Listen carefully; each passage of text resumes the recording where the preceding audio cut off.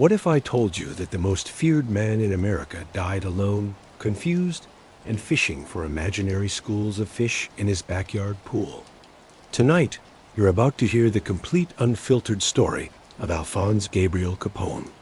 From a poor Brooklyn kid to the king of Chicago to a broken man who couldn't remember his own name, this isn't just another crime story.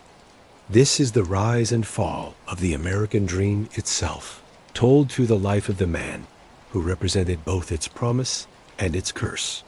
Before we begin, let me ask you something. Have you ever wondered what it feels like to have an entire city in your pocket? To walk into any restaurant, any hotel, any government building, and have people actually bow to you? Al Capone knew that feeling. He also knew what it felt like to lose it all. By age 26, Al Capone controlled an empire worth over $1 billion in today's money. He employed more people than most legitimate corporations. He fed more hungry families during the Great Depression than the government itself. And yet, he died with a mind so broken by disease and guilt that he couldn't tell the difference between reality and hallucination. If you're new here, welcome to Sleepy Gangster Stories, where we dive deep into the real lives behind the legends. Hit that subscribe button and the notification bell, because over the next few hours, you're going to experience the most complete telling of Al Capone's story ever recorded. And trust me, by the end, you'll understand why this man's story is really the story of America itself. Grab your headphones, get comfortable, and let's travel back to 1899 Brooklyn, where a baby was born who would grow up to rule Chicago with an iron fist and a surprisingly tender heart. It's a bitter January night in 1899, and Brooklyn shivers under a blanket of snow. In a cramped apartment building on Navy Street, the sound of a newborn's cry pierces the thin walls. Teresa Capone, exhausted from labor, holds her fourth child, a boy she names Alphonse Gabriel. She has no way of knowing that this baby, crying in her arms, will one day have his name whispered in fear across America. The Capone family had arrived in New York just 2 years earlier, part of the great wave of Italian immigration that would reshape American cities. Gabriel Capone, the father, was a barber by trade, a quiet man with rough hands who dreamed of something better for his children. Teresa was stronger, fiercer, the kind of woman who could stretch a dollar until it screamed and still put food on the table for 9 children. 9 children and 3 rooms. Picture that for a moment. The smell of cabbage soup and coal smoke hanging heavy in the air. Children sleeping 3 to a bed, their breath visible in the cold morning air, because heat was a luxury they couldn't afford. This was Al Capone's first classroom, where he learned that the world didn't owe you anything, that you took what you needed or you went without. But even in that crowded apartment, young Al stood out, not just because he was bigger than the other kids, though he was broad-shouldered and solid even as a boy. It was his eyes, dark, calculating eyes that seemed to take in everything and forget nothing. His mother would later say she always knew he was different. Alphonse, she'd say in her broken English, he watch everything. He remember everything. School was a different story entirely.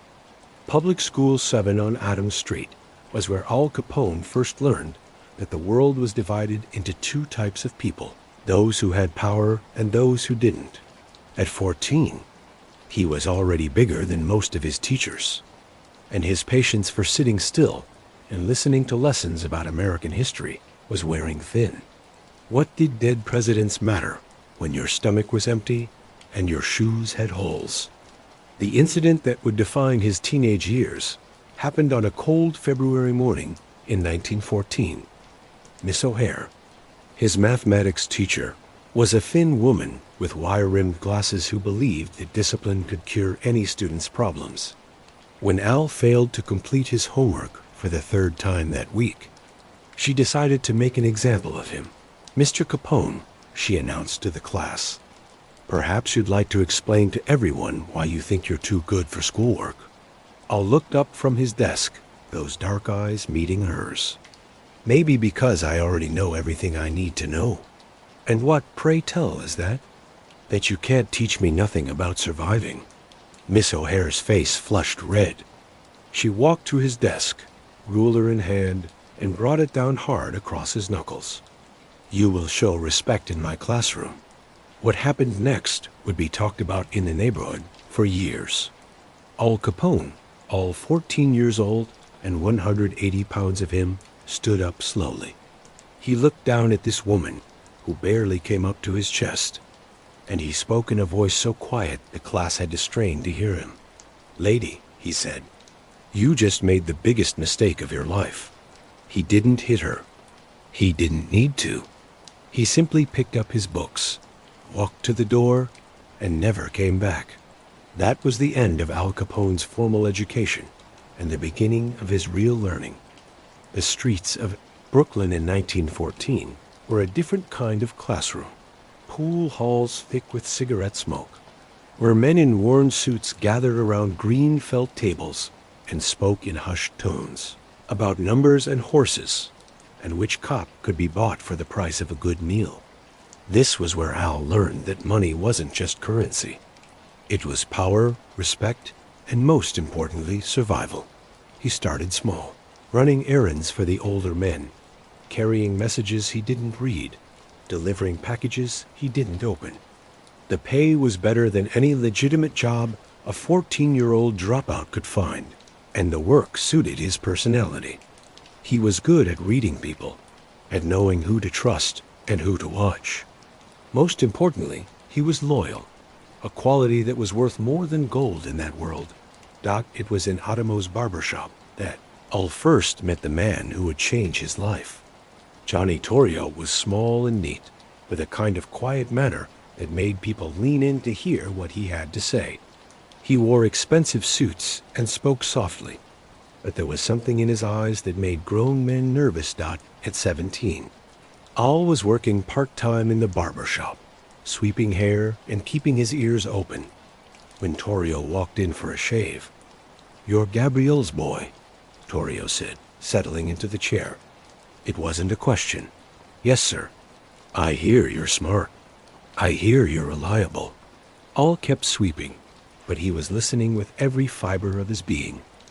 "I might have some work for a smart, reliable young man. You interested?" That single conversation would set Al Capone on a path that would lead him to the top of American crime. But first, he had to learn the rules of a game that had no rules. Torrio's operation was based out of the Harvard Inn, a dive bar in Coney Island that served watered-down whiskey and featured entertainment that would make a sailor blush. Al started as a bouncer, his job to keep the peace and make sure the customers paid their tabs. It was here, in the smoky, sweat-scented atmosphere of a Brooklyn dive bar, that he learned the fundamental lesson that would guide his entire criminal career. Violence was a tool, not an emotion. You don't hit someone because you're angry, Torrio explained one night after Al had gotten into a scuffle with a drunk customer. You hit someone because it serves a purpose. Anger makes you sloppy. Purpose makes you effective. The lesson nearly cost him his life. It was a Saturday night in the spring of 1917. The Harvard Inn was packed with sailors on shore leave, dock workers with paychecks to blow, and the usual collection of gamblers and petty criminals that made up Torrio's clientele. Al was working the door when she walked in. A young woman with dark hair and a dress that showed just enough to get a man's attention. She was with a group of friends, laughing and ordering drinks, when one of the sailors decided to get friendly. Al watched from across the room as the sailor put his arm around her waist, pulling her close despite her obvious discomfort. Her boyfriend, a thin kid with nervous eyes, tried to intervene. "Hey buddy, she's with me." The sailor was drunk and aggressive. "Yeah? Well, she's with me now. You got a problem with that?"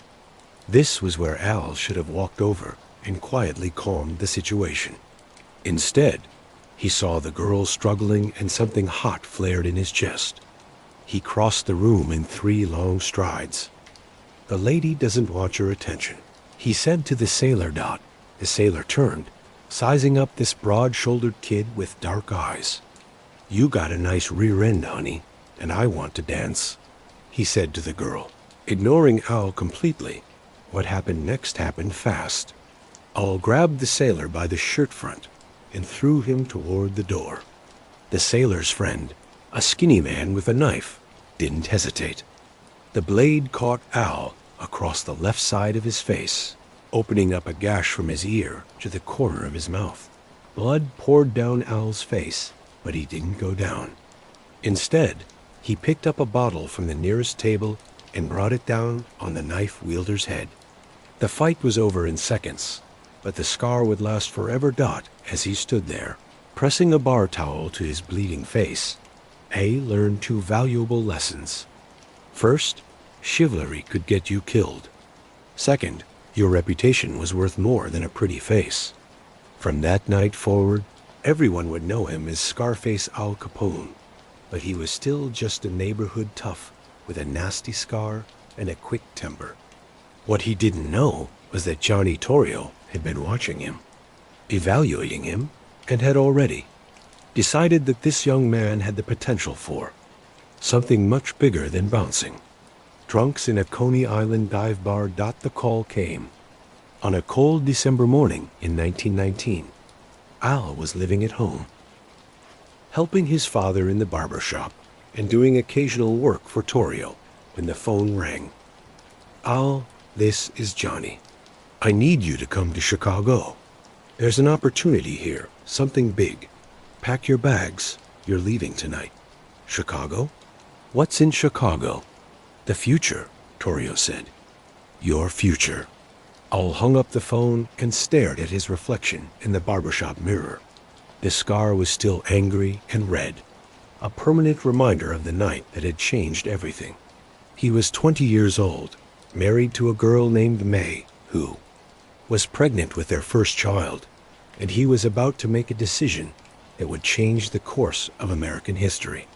He packed a single suitcase that night, kissed May goodbye, and promised he'd send for her as soon as he got settled. As the train pulled out of Penn Station the next morning, carrying him toward Chicago and his destiny, Al Capone pressed his face to the window and watched Brooklyn disappear into the distance. He had no way of knowing that he would return to New York many times over the next decade, but never again as the poor barber's son from Navy Street. The next time he came back, he would be the most famous criminal in America. But first, he had to learn how to run an empire. Chapter 2. Chicago and the rise to power. The train pulled into Union Station on a bitter January morning in 1920. Steam rose from the locomotive like dragon's breath, and the platform was crowded with travelers hurrying through the Chicago cold. Al Capone stepped off that train, carrying a battered suitcase and wearing the only good suit he owned. A 21-year-old kid from Brooklyn who was about to get a masterclass in organized crime. Johnny Torrio was waiting for him, looking like any other businessman in his tailored overcoat and polished shoes. But Al had learned to read the signs, the way other men stepped aside for him. The expensive car waiting at the curb, the subtle bulge under his left arm that meant he was carrying "Welcome to Chicago." "Al," Torrio said as they drove through the city streets, "this is going to be your education." What an education it was. Torrio had been working for years to bring order to Chicago's chaotic underworld, uniting the various gangs and criminal businesses under a loose organization so they could make the most profit while keeping violence to a minimum. It was a delicate balance, requiring equal parts diplomacy and intimidation. Torrio was a master of both. The Four Deuces became Al's second home, a 4-story building on South Wabash that served as headquarters for Torrio's operation. The ground floor was a saloon. The second floor featured gambling. The third floor was a brothel. And the fourth floor was where the real business got done. It was here that Al learned the basics of criminal business. How to keep books that told two different stories. How to manage prostitutes and gamblers and bootleggers with equal efficiency. How to corrupt officials without leaving evidence. But the real opportunity came on January 17, 1920, Al Capone's 21st birthday, and the day that Prohibition became the law of the land. Suddenly, every American who wanted a drink was a criminal, and Al Capone was in the business of giving the people what they wanted. "Ah," Torrio said that first morning after Prohibition took effect, "Congress just handed us the biggest business opportunity in American history. We're going to be rich." Rich was an understatement. Within 6 months, Torrio's organization was importing Canadian whiskey, running illegal breweries, and supplying speakeasies throughout Chicago and the surrounding suburbs. The profits were staggering. A case of whiskey that cost $20 to produce could be sold for $200. A barrel of beer that cost $4 to make brought in $50 dot. But with opportunity came competition, and with competition came violence. The O'Banion gang controlled the north side. The Jennas held the near west side, and a dozen smaller operations carved up the remaining territory. Torrio preached cooperation, but not everyone was interested in sharing. Al's first real test came in the spring of 1922. A speakeasy owner on the south side had been buying from the Jennas instead of from Torrio, despite an agreement that gave Torrio's organization exclusive rights to that territory. The speakeasy owner's name was Diamond Joe Esposito, and he was either very brave or very stupid. "I want you to go talk to Joe," Torrio told Al. "Explain the situation to him. What if he doesn't want to listen? Then you make him listen." Al found Diamond Joe in the back room of his speakeasy, counting money at a green felt table. 2 bodyguards flanked him, hands resting on their guns. The room smelled like cigarettes and fear. "Joe," Al said, settling into a chair across from him, "we need to talk." "I got nothing to say to you, Capone." "That's too bad, because I got plenty to say to you." Al's voice was calm, conversational. "See, you got an agreement with Mr. Torrio. You buy from us, we protect you. It's a good deal. Everybody makes money. Nobody gets hurt. I can buy from whoever I want." "No, Joe, you can't. Because if you don't honor your agreements, then agreements don't mean nothing. And if agreements don't mean nothing, then we're all just animals." Diamond Joe leaned back in his chair, studying this scarred young man who spoke like a philosophy professor and looked like he could break a man in half with his bare hands. "What if I told you to go to hell?" Al smiled, the scar pulling at the corner of his mouth. "Then I'd tell you that hell's got nothing on what happens to people who break their word." The conversation ended with Diamond Joe agreeing to honor his exclusive arrangement with Torrio. No shots were fired. No blood was spilled. But word spread throughout Chicago's underworld. Al Capone could be reasonable, but he could also be terrifying. It was a reputation that would serve him well in the years to come. By 1923, Al had brought May and their Sonny to Chicago, setting them up in a modest house in the suburbs, while he worked increasingly long hours building Torrio's empire. May knew her husband wasn't in the grocery business, as he claimed, but she also knew better than to ask too many questions. She had married a tough kid from Brooklyn, and now she was married to one of the most powerful men in Chicago. The transformation was remarkable. The awkward young bouncer from the Harvard Inn had evolved into a sophisticated criminal executive. He wore custom-tailored suits, drove expensive cars, and could discuss politics and business with the same ease he once used to throw drunks out of dive bars. But underneath the expensive clothes and smooth manners, he was still the same person who had walked away from school rather than take a beating from a teacher. The lesson that would define his approach to both crime and legitimate business came during a territorial dispute with the North Side Gang in 1924. Dion O'Banion, the leader of the North Siders, was a florist by day and bootlegger by night, a man who could arrange both a funeral wreath and a funeral with equal skill. He had been moving into Torrio territory, selling beer to speakeasies that were supposed to be exclusive customers. The traditional response would have been immediate violence, but Torrio had taught Al to think bigger. Instead of starting a war, Al arranged a meeting. He walked into O'Banion's flower shop on North State Street, carrying not a gun, but a business proposition. "Diane," he said, "we got a problem." "What kind of problem?" "The kind where we're both losing money fighting over customers when we should be finding new customers." For 3 hours, they sat among the roses and carnations, working out a deal that would expand both their territories while avoiding a costly war. When they shook hands at the end of the meeting, Al had learned something that would guide him for the rest of his criminal career. Violence was expensive, but cooperation was profitable. But not everyone was interested in cooperation. And by late 1924, the peace that Torrio had worked so hard to build was beginning to crack.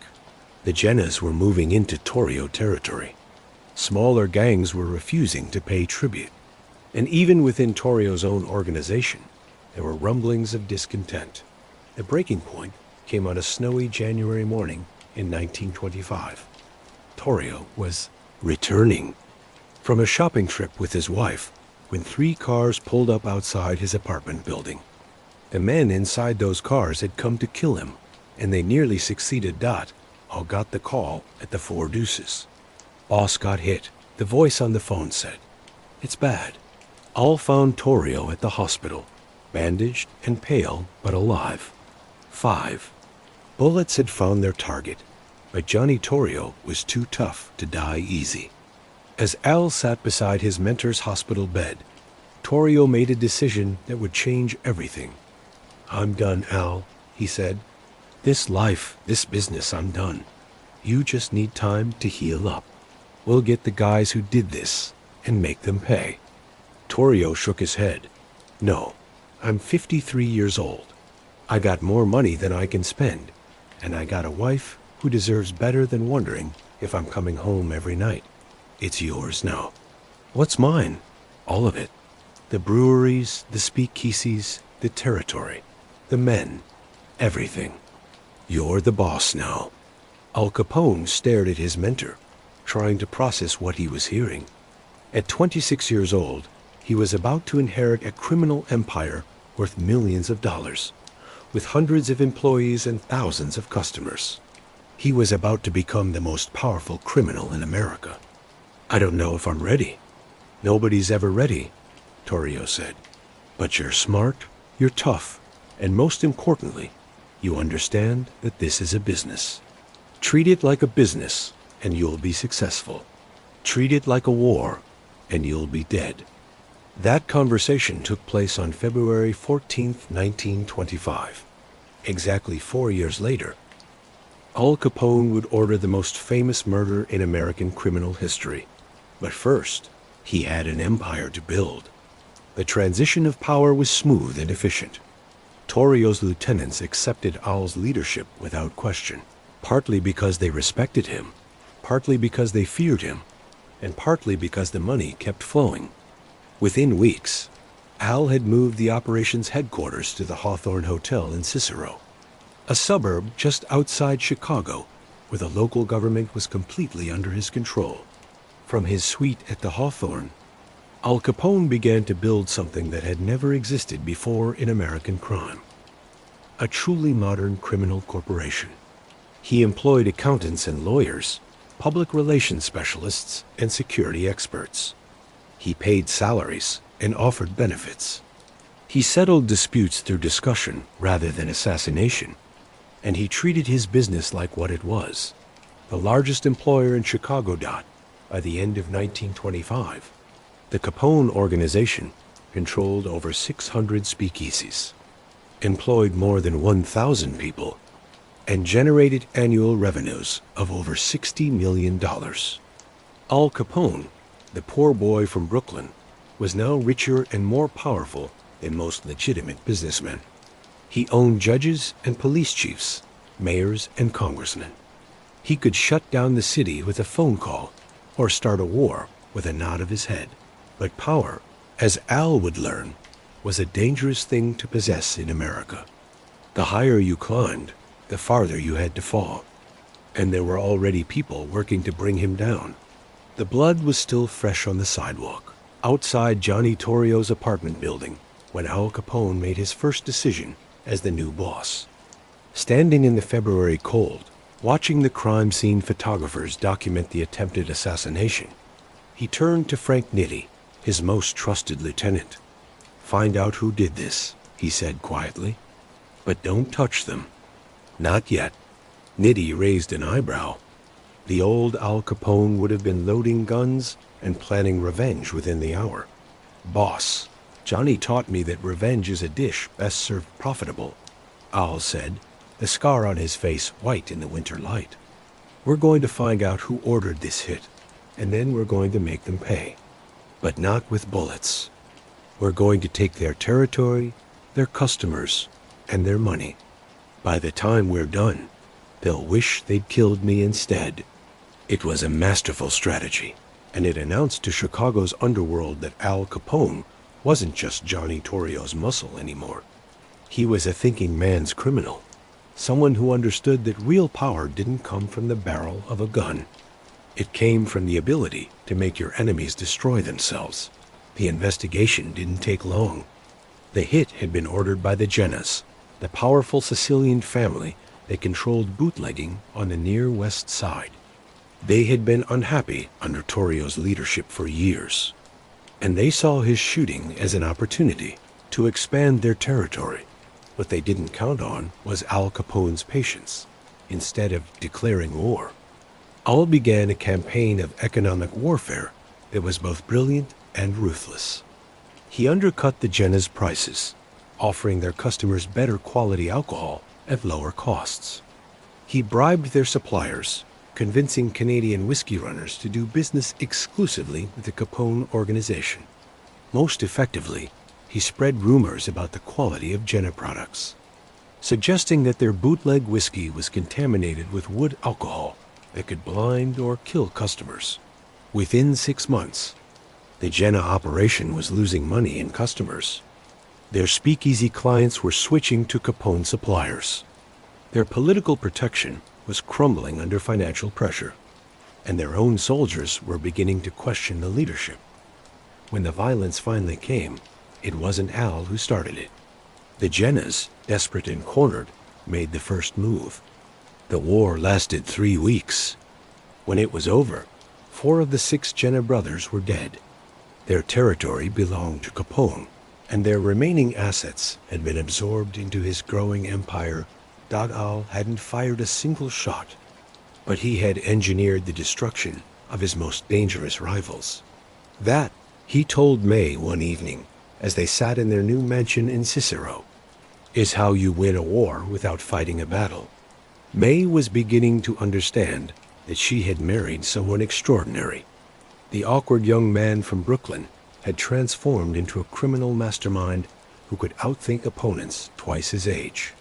But with that transformation came a price: the constant fear, the armed guards, the knowledge that every day might be their last together.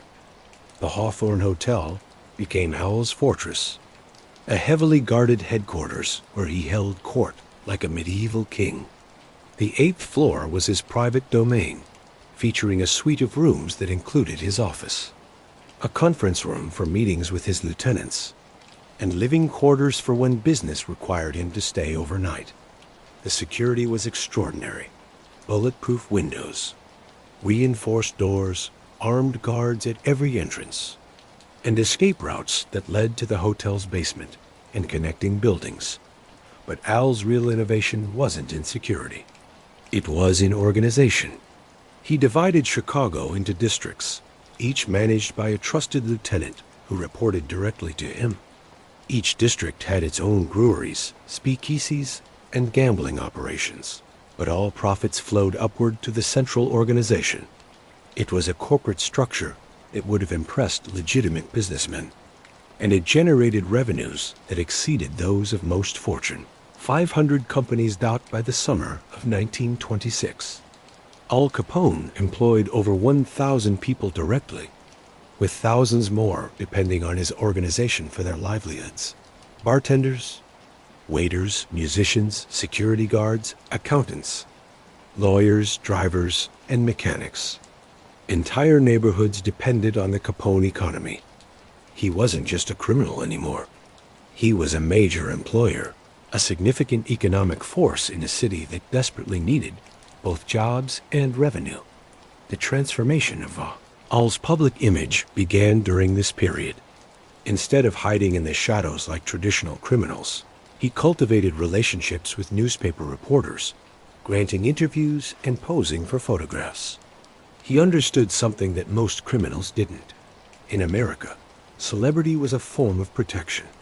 The more famous he became, the harder it would be for his enemies to eliminate him quietly. "I'm just a businessman," he told a reporter from the Chicago Tribune in the fall of 1926. "I supply a demand that exists. My customers come to me voluntarily, and I give them what they want. If they didn't want it, I'd be out of business." It was a masterful public relations strategy. By positioning himself as a businessman rather than a criminal, Al was tapping into American admiration for success in business. He was the immigrant who had made it, the poor boy who had built an empire, the self-made man who represented the American dream. The fact that his business was illegal was almost beside the point, but success brought attention. And by early 1926, federal agents were beginning to take notice of the young man who seemed to own Chicago. Al's first encounter with serious law enforcement came in the form of a quiet, methodical revenue agent named Frank Wilson, who had begun examining the financial records of various speakeasies and breweries connected to the Capone organization. Boss Frank Nitti reported after a meeting with their sources in the federal building. "There's this treasury guy asking questions about our books." "What kind of questions?" "Tax questions. He wants to know where the money's coming from, where it's going, how much we're making." Al leaned back in his chair, considering this development. He had always been careful about violence, but taxes were something he'd never worried about. After all, you couldn't report illegal income to the IRS without admitting guilt, could you? "Let him ask," Al said. "What's he going to find? We're in the business of providing entertainment and refreshment to the people of Chicago. Last time I checked, that wasn't a crime. It was a decision that would haunt him for the rest of his life. But in 1926, it seemed reasonable. After all, Al Capone controlled judges, police chiefs, and politicians. What could one lonely federal agent possibly do to him? He was about to find out. The Metropole Hotel on South Michigan Avenue was where Al Capone truly became a legend. In early 1927, he moved his headquarters from the suburban Hawthorne to this grand hotel in the heart of Chicago, taking over an entire floor and transforming it into the nerve center of his empire. From his corner suite with its bulletproof windows overlooking Grant Park and Lake Michigan, Al could see the entire city that had become his kingdom. The suite itself was a monument to his success. Mahogany furniture imported from Italy, Persian rugs that cost more than most people made in a year, a private elevator that required a special key to reach his floor. The walls were lined with photographs of Al shaking hands with politicians, celebrities, and business leaders. To anyone who visited, the message was clear. Al Capone had arrived, but it was the daily routine at the Metropole that truly demonstrated his power. Every morning at precisely 9 a.m., a procession of visitors would begin arriving. First came his lieutenants, Jake Guzik, the financial genius who kept track of the money, Frank Nitti, the enforcer who handled discipline and security, Johnny Torrio, now recovered from his shooting and serving as Al's advisor, and a dozen others who managed various aspects of the Empire. The morning meetings were conducted with the efficiency of a corporate boardroom. profit reports, territorial disputes, personnel issues, expansion opportunities. Every aspect of the business was discussed and decided. All had learned from Torrio that emotion had no place in business decisions, and these meetings reflected that philosophy. The North Shore operation is showing a 23% increase in revenue, Guzik would report, his thick glasses reflecting the morning light streaming through the bulletproof windows. The new Canadian suppliers are delivering premium product at good prices. Good. What about the police situation in Evanston? Captain Morrison is asking for a raise. His current arrangement is $500 a month, but he wants $750. Give it to him. A happy cop is a reliable cop. By 10 a.m., the business meeting would end, and the real show would begin. Politicians, journalists, businessmen, and celebrities would arrive throughout the day, seeking meetings with Chicago's most powerful man. All understood the importance of these relationships. In a city where corruption was a way of life, personal connections were more valuable than gold. Mayor William Big Bill Thompson was a frequent visitor, often arriving with specific requests for campaign contributions or help with political problems. Thompson was a colorful character who had built his political career on opposition to Prohibition, making him a natural ally for someone in Al's business. "Oh, my friend," Thompson would say, settling into one of the suite's leather armchairs. "I've got a situation that requires your particular expertise." These conversations were always delicate dances of mutual benefit. Thompson needed money and muscle to maintain his political power. Al needed political protection to continue his operations.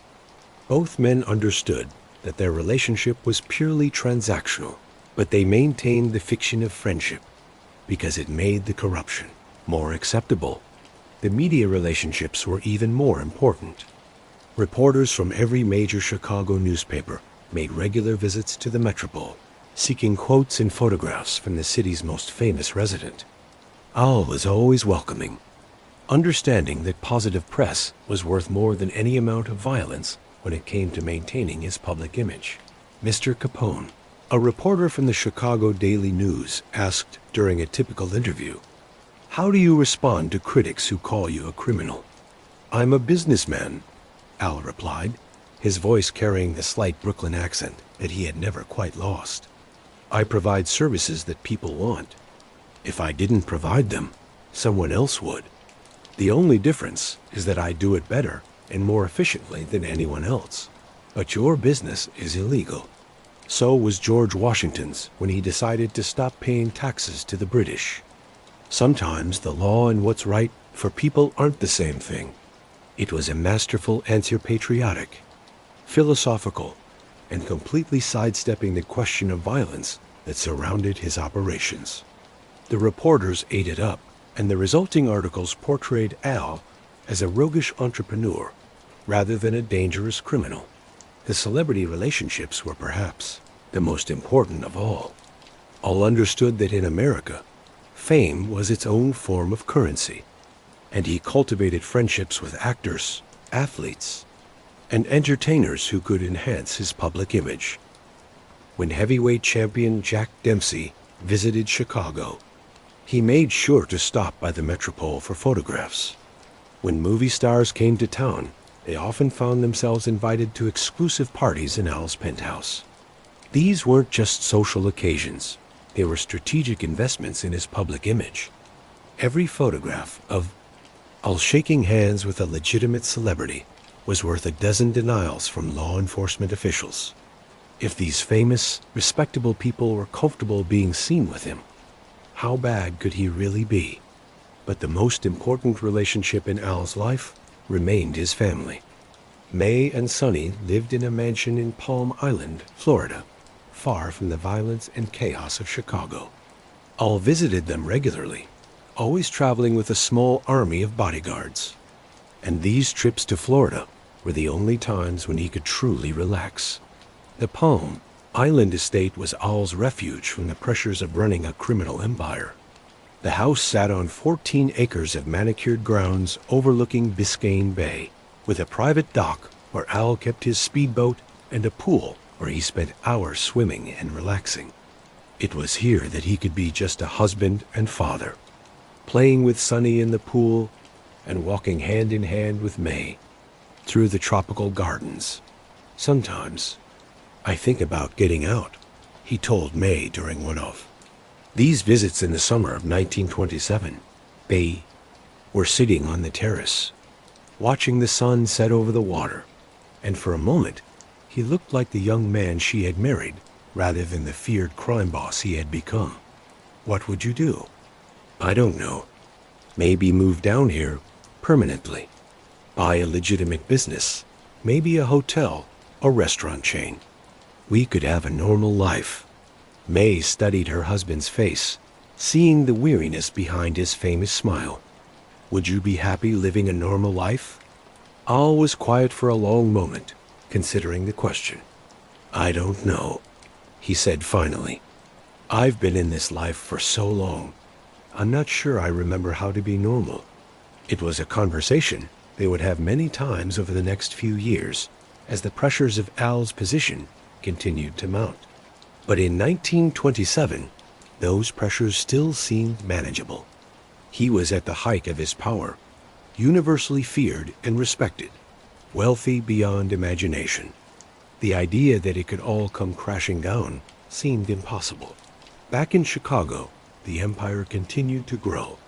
Al had expanded beyond bootlegging into gambling, prostitution, and labor manipulation. He controlled the largest illegal gambling operation in the Midwest, with casinos that rivaled anything in Monte Carlo. His brothels were the most exclusive in the city, catering to wealthy businessmen and politicians who paid premium prices for discretion and quality. The labor manipulation was perhaps his most innovative venture.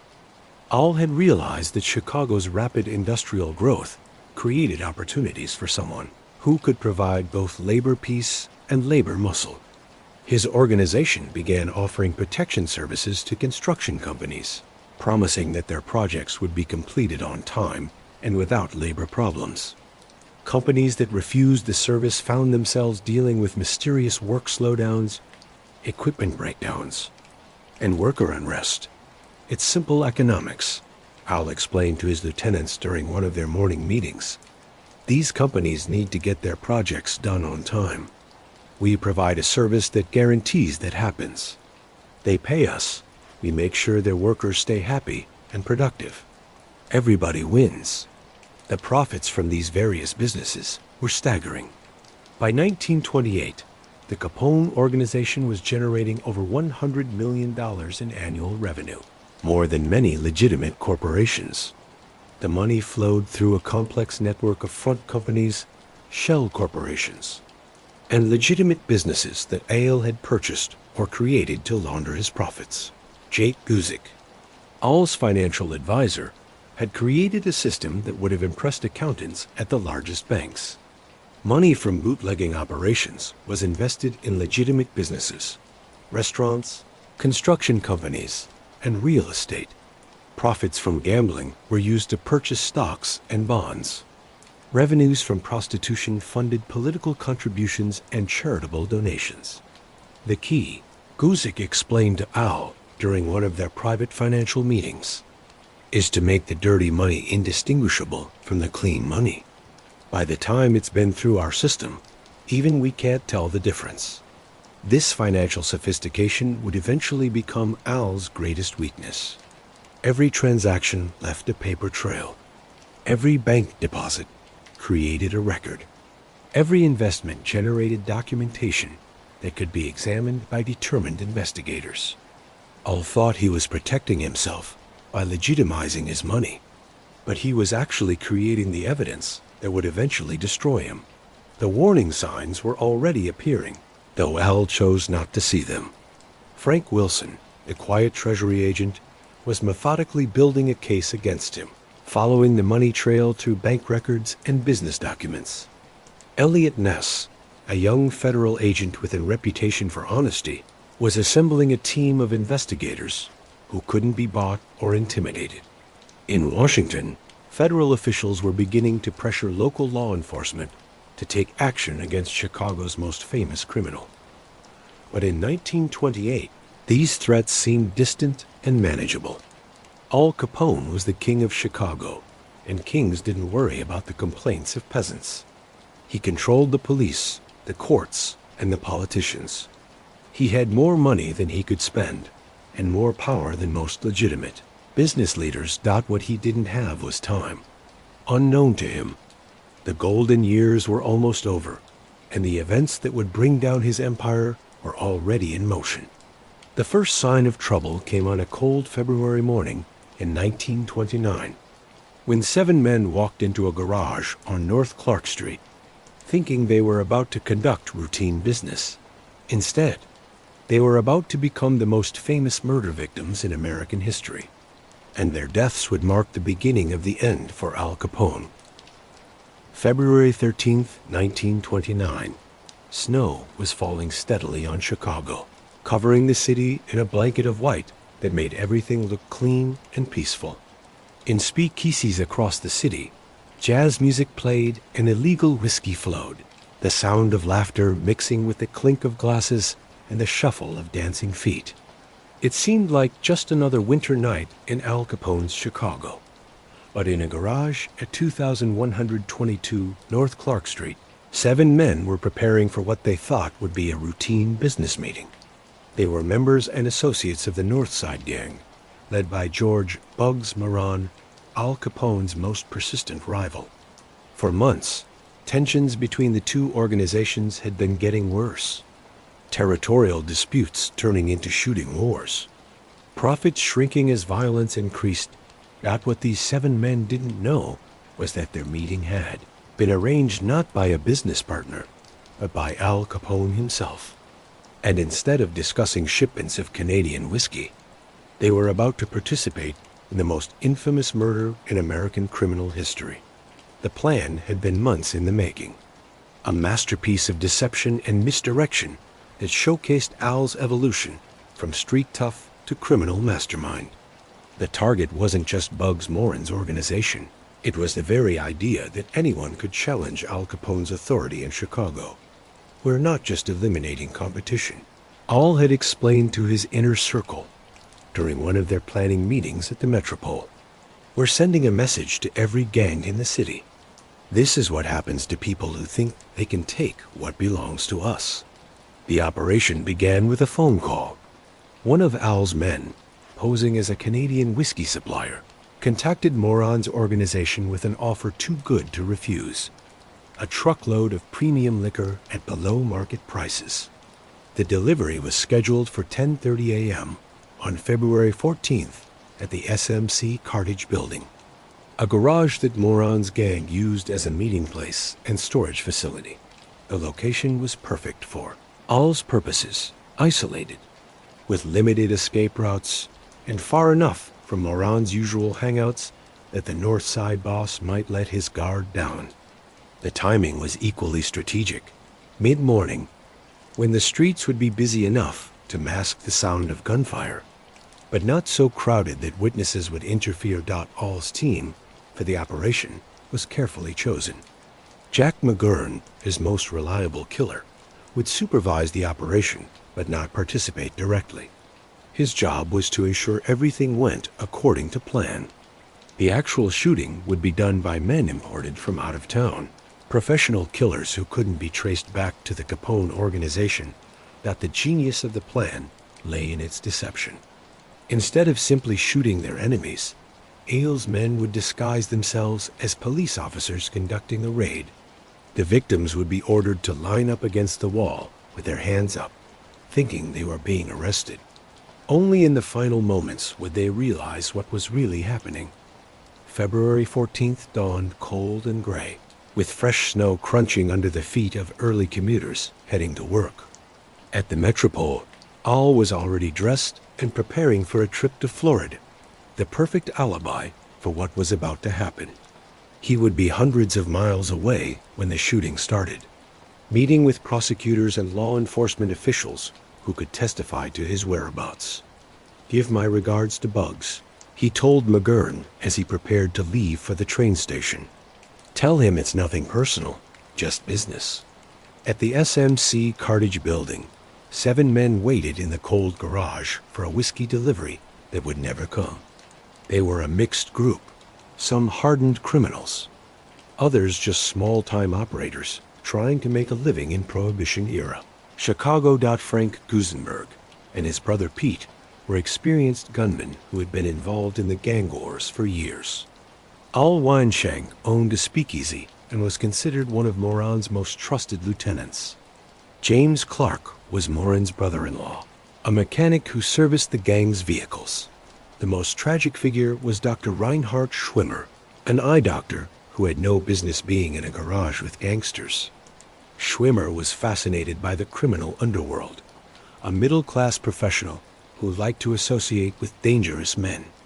He was there purely as a thrill-seeker, looking for excitement in his otherwise ordinary life. 10:30 a.m.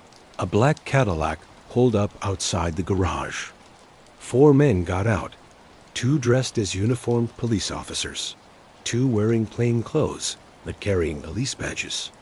To anyone watching from the street, it looked like a routine police raid, the kind of thing that happened regularly in Chicago, as authorities made token efforts to enforce Prohibition. Inside the garage, the 7 men heard the car door slam and saw the uniforms approaching. "It's a raid," someone said, and immediately they began preparing for what they assumed would be a standard arrest. They had all been through this before. A few hours in jail, some fines, maybe a brief court appearance. It was the cost of doing business in illegal liquor. "All right, everybody against the wall," one of the fake officers ordered. "Hands up, face the wall." The 7 men complied, lining up against the brick wall with their hands raised. They were talking among themselves, some joking about the timing. Frank Gusenberg was complaining about missing breakfast. Dr. Schwimmer was nervously adjusting his eyes. Glasses. None of them saw the Tommy guns until it was too late. What happened next took less than 60 seconds, but would echo through American history for decades. The fake police officers opened fire with submachine guns and shotguns, turning the garage into a killing field. The sound was deafening. The rapid-fire chatter of the Tommy guns mixed with the deeper boom of shotgun blasts and the screams of dying men. When the shooting stopped, 6 men lay dead or dying on the concrete floor, their blood spreading across the garage in dark pools. The 7th, Frank Gusenberg, was somehow still alive despite taking 14 bullets. The killers, maintaining their police disguise, calmly walked out of the garage. To witnesses across the street, it looked like the plainclothes officers were arresting the uniformed cops, a perfect bit of theater that confused potential witnesses and delayed the real police response. 20 minutes later, actual police officers arrived to find a scene of carnage that shocked even veteran Chicago cops accustomed to gang violence. 7 men had been executed with military precision, their bodies riddled with bullets from close range. The walls were splattered with blood, and the air was thick with the smell of gunpowder and death. Frank Gusenberg, incredibly, was still breathing when the ambulance arrived.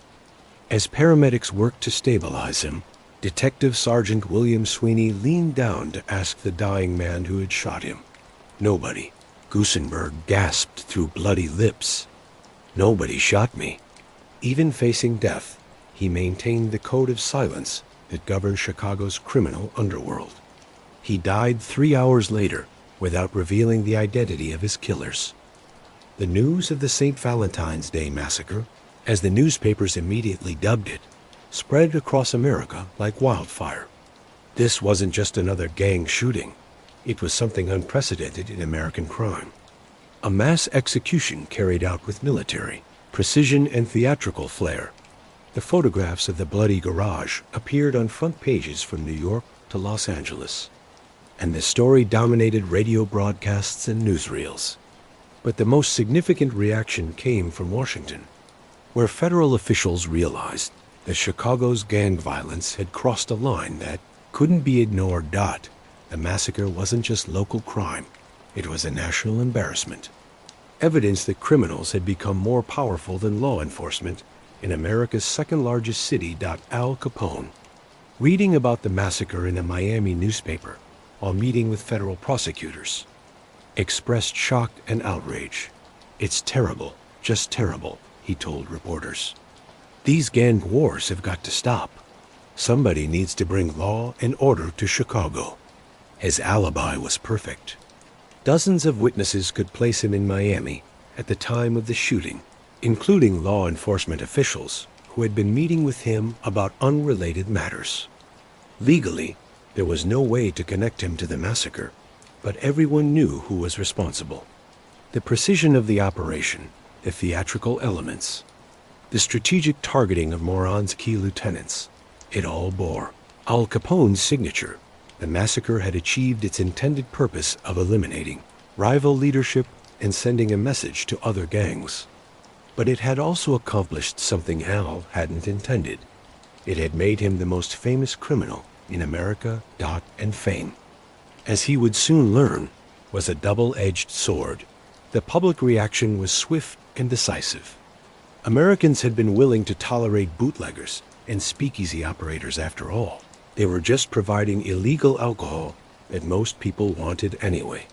But mass execution was different. The St. Valentine's Day massacre crossed the line from crime into terrorism, from illegal business into inhuman brutality. Editorial pages across the country demanded action. Religious leaders preached sermons about the breakdown of law and order. Civic organizations called for federal intervention. Most importantly, politicians began to feel pressure to do something about the Chicago situation. In Washington, President Herbert Hoover summoned his Attorney General and FBI Director for an urgent meeting. "I want that man Capone in federal prison," Hoover declared. "I don't care how you do it, but I want him off the streets." The wheels of federal justice began to turn, slowly but steadily. Treasury agents intensified their investigation into Al's finances. Federal prosecutors began building cases based on tax evasion and prohibition violations. The FBI, still a relatively new organization, began treating the Capone investigation as a test of its ability to handle major criminal cases. But the most immediate impact was on Hall's business operations. The massacre had brought unwanted attention to Chicago's criminal underworld, and attention was bad for business. Police raids increased, federal agents became more active, and the political protection that Al had carefully cultivated began to disappear as politicians distanced themselves from the violence, even within his own organization. There were questions about the wisdom of the massacre. The killing had eliminated 7 members of a rival gang, but it had also made Al Capone the most wanted man in America. Some of his lieutenants wondered if the strategic benefits were worth the increased heat. "Boss," Frank Nitti said during one of their private meetings at the Metropole, "maybe we pushed too hard. This massacre thing has everyone spooked. You think I should have let Moran keep taking our territory?" Al asked. "I think maybe there was a quieter way to handle it." Al studied his most trusted lieutenant, seeing the concern in his eyes. "Frank, you know what the problem is with quiet solutions? Nobody learns from them. Now every gang leader in Chicago knows what happens when they challenge us. That's worth a little extra attention from the feds." But privately, Al was beginning to have doubts. The massacre had been perfectly executed from a tactical standpoint, but the strategic consequences were proving more severe than he had anticipated. Instead of consolidating his power, the massacre had made him a target for every law enforcement agency in the country. The most troubling development was the increasing federal attention. Local police and politicians could be bought or intimidated, but federal agents were a different matter. They answered to Washington, not Chicago, and they had resources and authority that local criminals couldn't match. Frank Wilson, the Treasury agent who had been quietly investigating Al's finances, suddenly found his investigation elevated to the highest priority. Additional agents were assigned to the case search warrants became easier to obtain, and witnesses who had previously been reluctant to cooperate began reconsidering their positions. Elliot Ness, a young federal agent who would later become famous as the leader of the Untouchables, began assembling his team of honest investigators. Unlike local police, these federal agents couldn't be bought, threatened, or reasoned with. They had one job: bringing down Al Capone, and they pursued it with single-minded determination. In a cramped federal office building on the south side of Chicago, a young Treasury agent named Elliot Ness spread a map of the city across his desk and stared at it like a general planning a military campaign. Red pins marked known Capone operations: breweries, speakeasies, gambling houses, brothels. Blue pins showed corrupt police stations and government offices. Black pins indicated the locations of various murders and violent crimes connected to the organization. The map looked like a battlefield, and in many ways, that's exactly what it was. "Gentlemen," Ness said to the small group of agents gathered around his desk, "we are going to war with the most powerful criminal organization in American history. They have more money than us, more manpower than us, and more political connections than us. They control the police, the courts, and half the government officials in this city. What they don't have is what we have." He paused, looking each man in the eye. "They don't have the law on their side, and they don't have agents who can't be bought." The group that would become known as the Untouchables was born from necessity and desperation. Traditional law enforcement had failed to make any significant impact on Al Capone's empire because traditional law enforcement could be corrupted. Police officers, prosecutors, and judges could all be bought or intimidated. But federal agents, answerable only to Washington and protected by federal authority, presented a different kind of threat. Ness had handpicked his team based on one criterion above all others: they couldn't be corrupted. These were men who couldn't be bribed, threatened, or reasoned with. They were true believers in law and order, and they were willing to risk their lives to bring down Al Capone. The team included Martin Lahart, a tough Irish American who had grown up in the same kind of neighborhoods that produced criminals, but had chosen law enforcement instead. Samuel Seeger, a quiet family man whose methodical approach to investigation complemented Ness's aggressive tactics. Barney Clunan, a former college football player whose physical presence was intimidating enough to make criminals think twice about resistance. Their first target was the Capone organization's most vulnerable point: the breweries. Without beer and alcohol to sell, the entire empire would collapse. But finding and raiding these operations wouldn't be easy. They were hidden in warehouses, basements, and abandoned factories throughout the city, protected by elaborate security systems and corrupt police officers who provided advanced warning of raids. The breakthrough came from an unexpected source: a disgruntled brewery worker who had been fired by one of All's lieutenants for showing up drunk to work. In a classic case of criminal irony, the man who lost his job for drinking was about to bring down the biggest illegal drinking operation in America.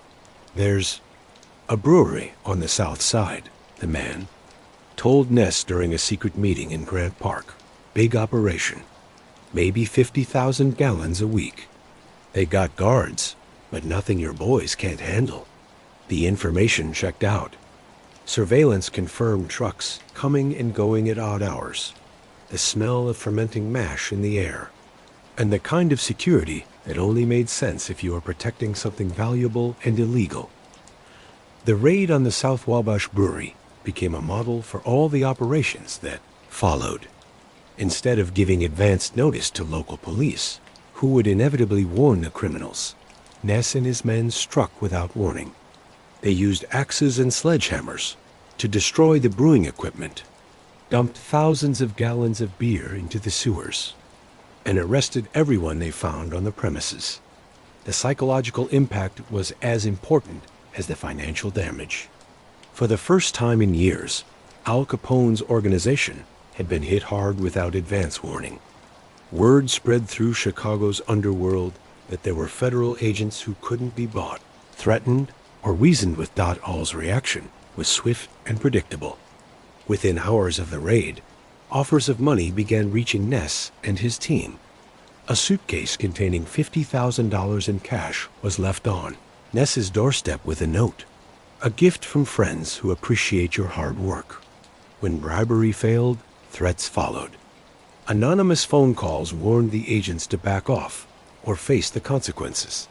But Ness had chosen his men well. The money was returned unopened to federal headquarters. The threats were reported to superiors, but ignored. If anything, the attempted corruption only strengthened their resolve. They think we're just like every other cop in Chicago, Ness told his team after the third bribery attempt. They can't understand that there are people who can't be bought. That ignorance is going to destroy them. The raids continued with devastating effect. Over 6 months, the Untouchables destroyed 19 major breweries, confiscated hundreds of trucks, and arrested dozens of Capone operatives. Each raid was planned with military precision and executed with devastating efficiency. But the real breakthrough came from a different source entirely. While Ness was smashing breweries, Treasury agent Frank Wilson was following the money trail with the patience of a medieval monk copying manuscripts. Wilson had discovered something that would prove to be Al Capone's fatal flaw. In his efforts to legitimize his money, he had created a paper trail that led directly back to him. The case began with a simple observation. Al Capone lived like a millionaire. Expensive clothes, luxury cars, multiple homes, lavish parties. But according to his tax returns, he had no legal income whatsoever. He had never filed a federal income tax return, claiming that since his income was illegal, he couldn't report it without admitting guilt. Wilson realized that this logic was fatally flawed. The law required all income to be reported, regardless of its source. Even money earned from illegal activities was subject to taxation. Al Capone, in his efforts to avoid one legal problem, had created another. The investigation required painstaking detective work. Wilson and his team examined bank records, business documents, real estate transactions, and purchase receipts. They tracked money through shell companies and front organizations, following the financial trail like bloodhounds following a scent. The breakthrough came when Wilson discovered that Al had been paying for everything with cash, but the cash had to come from somewhere. By analyzing the financial records of known Capone operations and comparing them with Al's spending, Wilson could prove that Al was receiving substantial income from illegal sources. The evidence was indirect but compelling. Hotel records showed that Al had spent thousands of dollars on luxury suites. Department store receipts documented expensive clothing purchases. Real estate records revealed property transactions that required substantial cash payments. Car dealerships had records of luxury automobile purchases paid for with cash. None of this proved that Al was personally involved in bootlegging or murder, but it proved that he had substantial unreported income, and that was enough for a federal tax evasion case. Meanwhile, the pressure on Al's organization was mounting from multiple directions. The Untouchables had destroyed much of his brewing capacity, forcing him to buy more expensive alcohol from outside suppliers. The constant raids had made his operations more costly and less efficient. Most importantly, the federal attention was making his political allies nervous. Mayor Thompson, who had been one of Al's most reliable supporters, began distancing himself from the organization. Police officials who had previously provided protection became increasingly unreliable. Judges who had once dismissed charges against Capone associates began imposing heavier sentences. The first serious crack in Al's armor came in the spring of 1930 when he was arrested in Miami on a charge of carrying a concealed weapon. It was a minor offense, the kind of thing that local police had previously ignored. But the federal attention had changed everything. Instead of being released on bail, Al found himself sentenced to 1 year in the Miami-Dade County Jail. The experience was a profound shock. For the first time since becoming a criminal leader, Al Capone was powerless. He couldn't buy his way out, intimidate his guards, or influence the legal process. He was just another prisoner, wearing a prison uniform and eating prison food. The psychological impact was devastating. Al had built his entire identity around power and control. In prison, he had neither. He couldn't protect his territory, manage his businesses, or provide for his family. The empire he had built was being managed by his lieutenants. And every day he spent in jail was a day when his authority was weakened. May visited him regularly, making the long trip from Palm Island to the Miami jail. She could see the change in her husband. The confident crime boss was being replaced by a worried, increasingly desperate man who was beginning to realize that his world was falling apart. "They're not going to stop," he told her during one of their visits. "These federal agents, they're different from the local cops. They can't be bought or scared off. They're going to keep coming until they get me. What are you going to do?" "I don't know. For the first time in my life, I don't know what to do." When Al was released from Miami jail in March 1930, he returned to a Chicago that had changed dramatically during his absence. Federal raids had disrupted his operations. Rival gangs were testing his weakened defenses, and his political protection was disappearing. Worst of all, he could sense that something fundamental had shifted in public opinion. The St. Valentine's Day massacre had made him famous, but it had also made him a symbol of everything that was wrong with American society. Editorial writers called him a monster. Religious leaders denounced him from their pulpits, and civic organizations demanded his removal from society. The roguish entrepreneur image that he had carefully cultivated was being replaced by that of a cold-blooded killer. But the most ominous development was the increasing federal presence in Chicago. Treasury agents were examining his financial records with microscopic attention. FBI agents were interviewing his associates and former employees. Federal prosecutors were building cases that couldn't be fixed with bribes or political pressure. The net was closing, and Al Capone was beginning to realize that his reign as the King of Chicago was coming to an end. Chapter 6. Trial and conviction on June 5, 1931. Al Capone walked up the steps of the federal building in Chicago, surrounded by reporters, photographers, and curious onlookers. He was wearing a custom-tailored suit that cost more than most people earned in a year, and he carried himself with the confidence of a man who had never lost a legal battle. But those who knew him well could see the tension in his eyes, the slight tremor in his hands that suggested he understood exactly how serious his situation had become. Inside the building, a federal grand jury had just returned an indictment that would change American criminal history. Al Capone, the most powerful criminal in the country, was being charged not with murder, not with bootlegging, not with any of the violent crimes that had made him famous, but with failing to pay his taxes. The indictment contained 22 counts of tax evasion, covering the years from 1925 to 1929, according to federal prosecutors. Al had earned over $1 million during that period, but had paid no federal income tax whatsoever. The potential penalty was staggering, up to 34 years in federal prison and fines of over $80,000. "It's a joke," Al told reporters as he left the courthouse after his arraignment. "They can't prove I made any money because I didn't make any money. I'm unemployed. I don't have a job. I don't own any businesses. I don't have any income to report."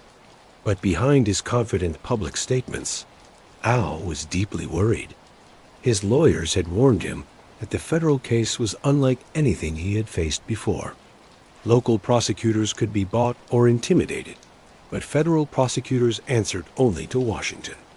Local judges could be influenced through political pressure, but federal judges were appointed for life and had little reason to show mercy to criminals. Most troubling of all, the evidence against him was substantial and growing stronger every day. Frank Wilson and his team of Treasury agents had assembled a financial puzzle that painted a clear picture of massive unreported income. They had hotel records, purchase receipts, real estate transactions, and witness testimony that proved Al was living far beyond any legitimate means.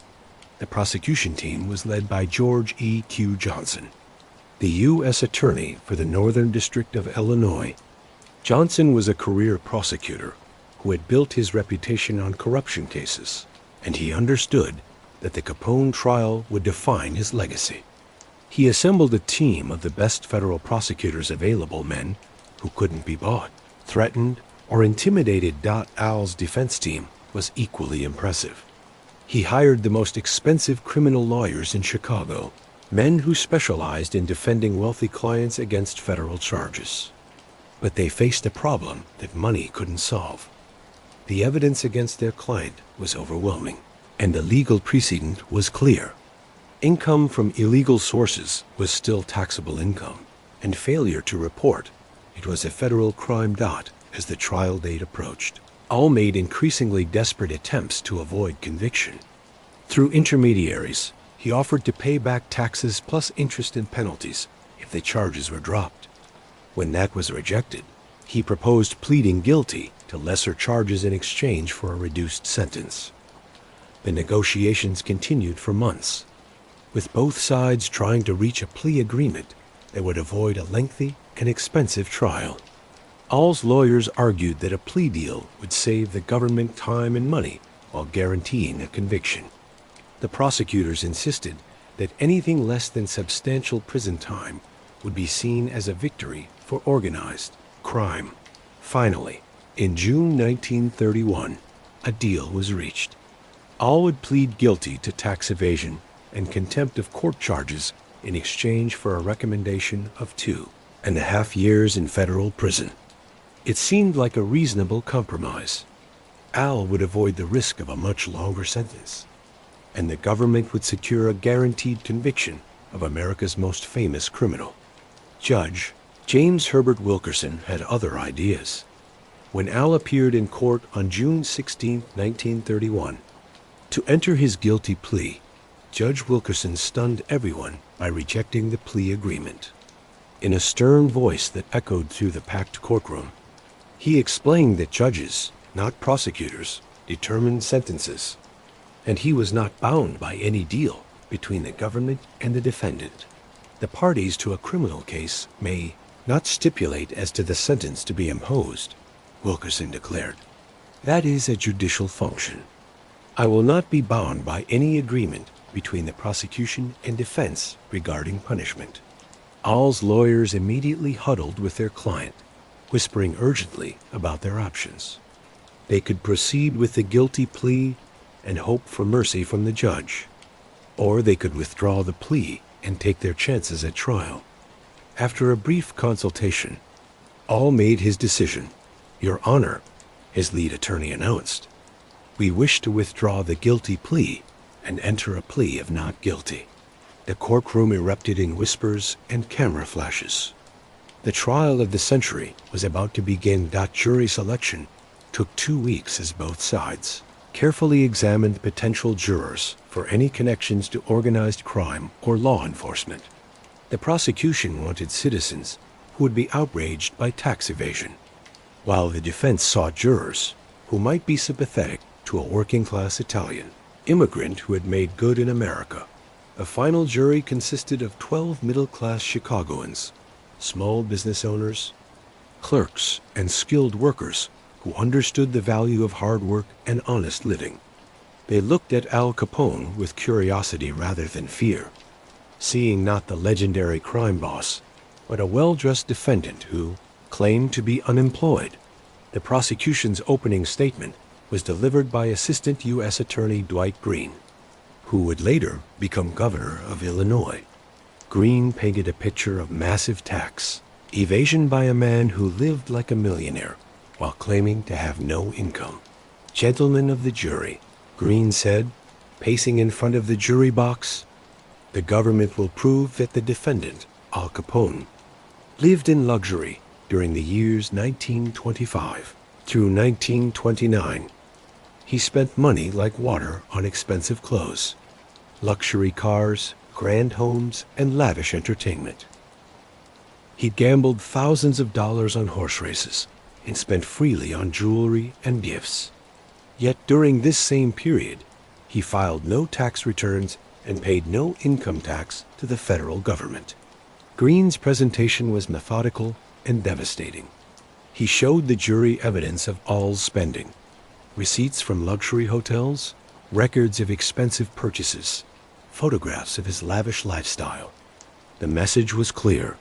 No one could live like this without substantial income. And substantial income was subject to federal taxation. The defense strategy was equally clear. Create reasonable doubt about the source of Al's money. His lawyers argued that their client was unemployed and that any money he spent came from gambling winnings, loans from friends, or gifts from family members.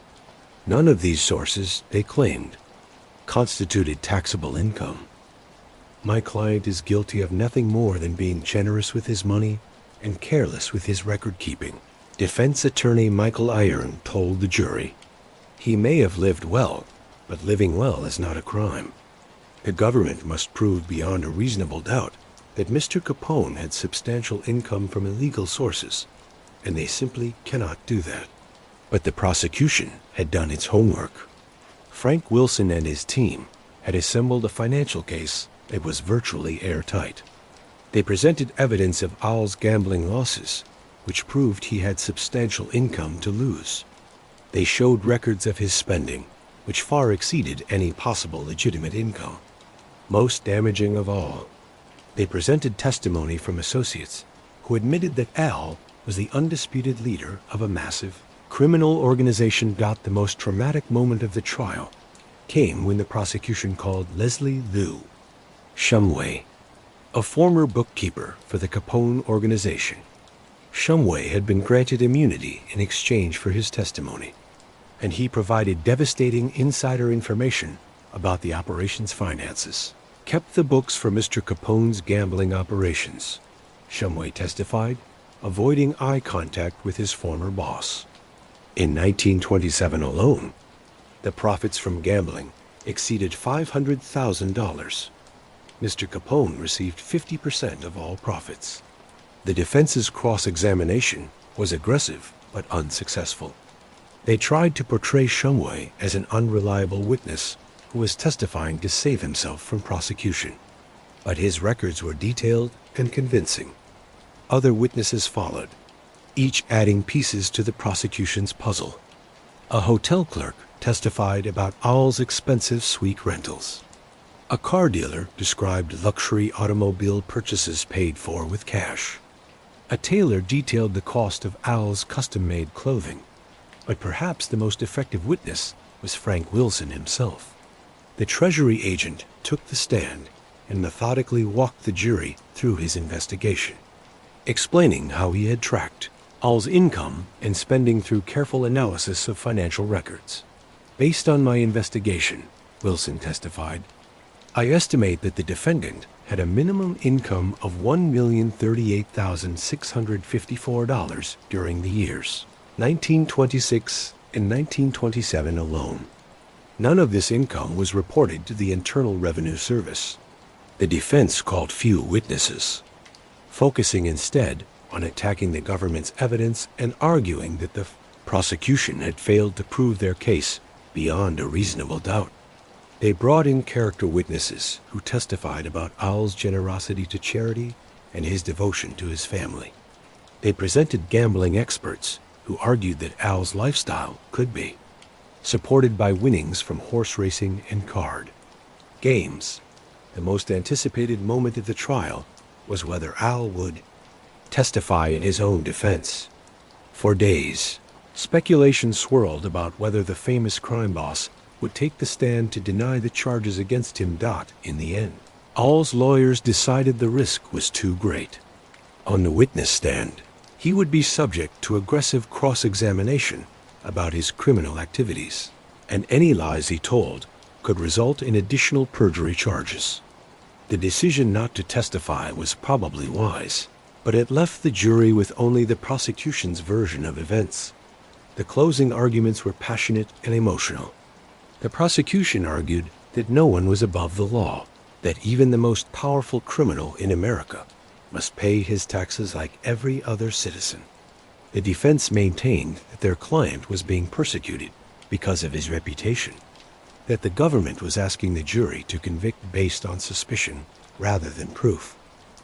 After deliberating for 8 hours, the jury reached their verdict. On October 17, 1931, they found Al Capone guilty on 5 of the 22 counts, 3 felony charges of tax evasion and 2 misdemeanor charges of failure to file tax returns. The courtroom was silent as Judge Wilkerson prepared to announce the sentence. Al stood motionless, his hands clenched at his sides as his fate was decided. The defendant will stand.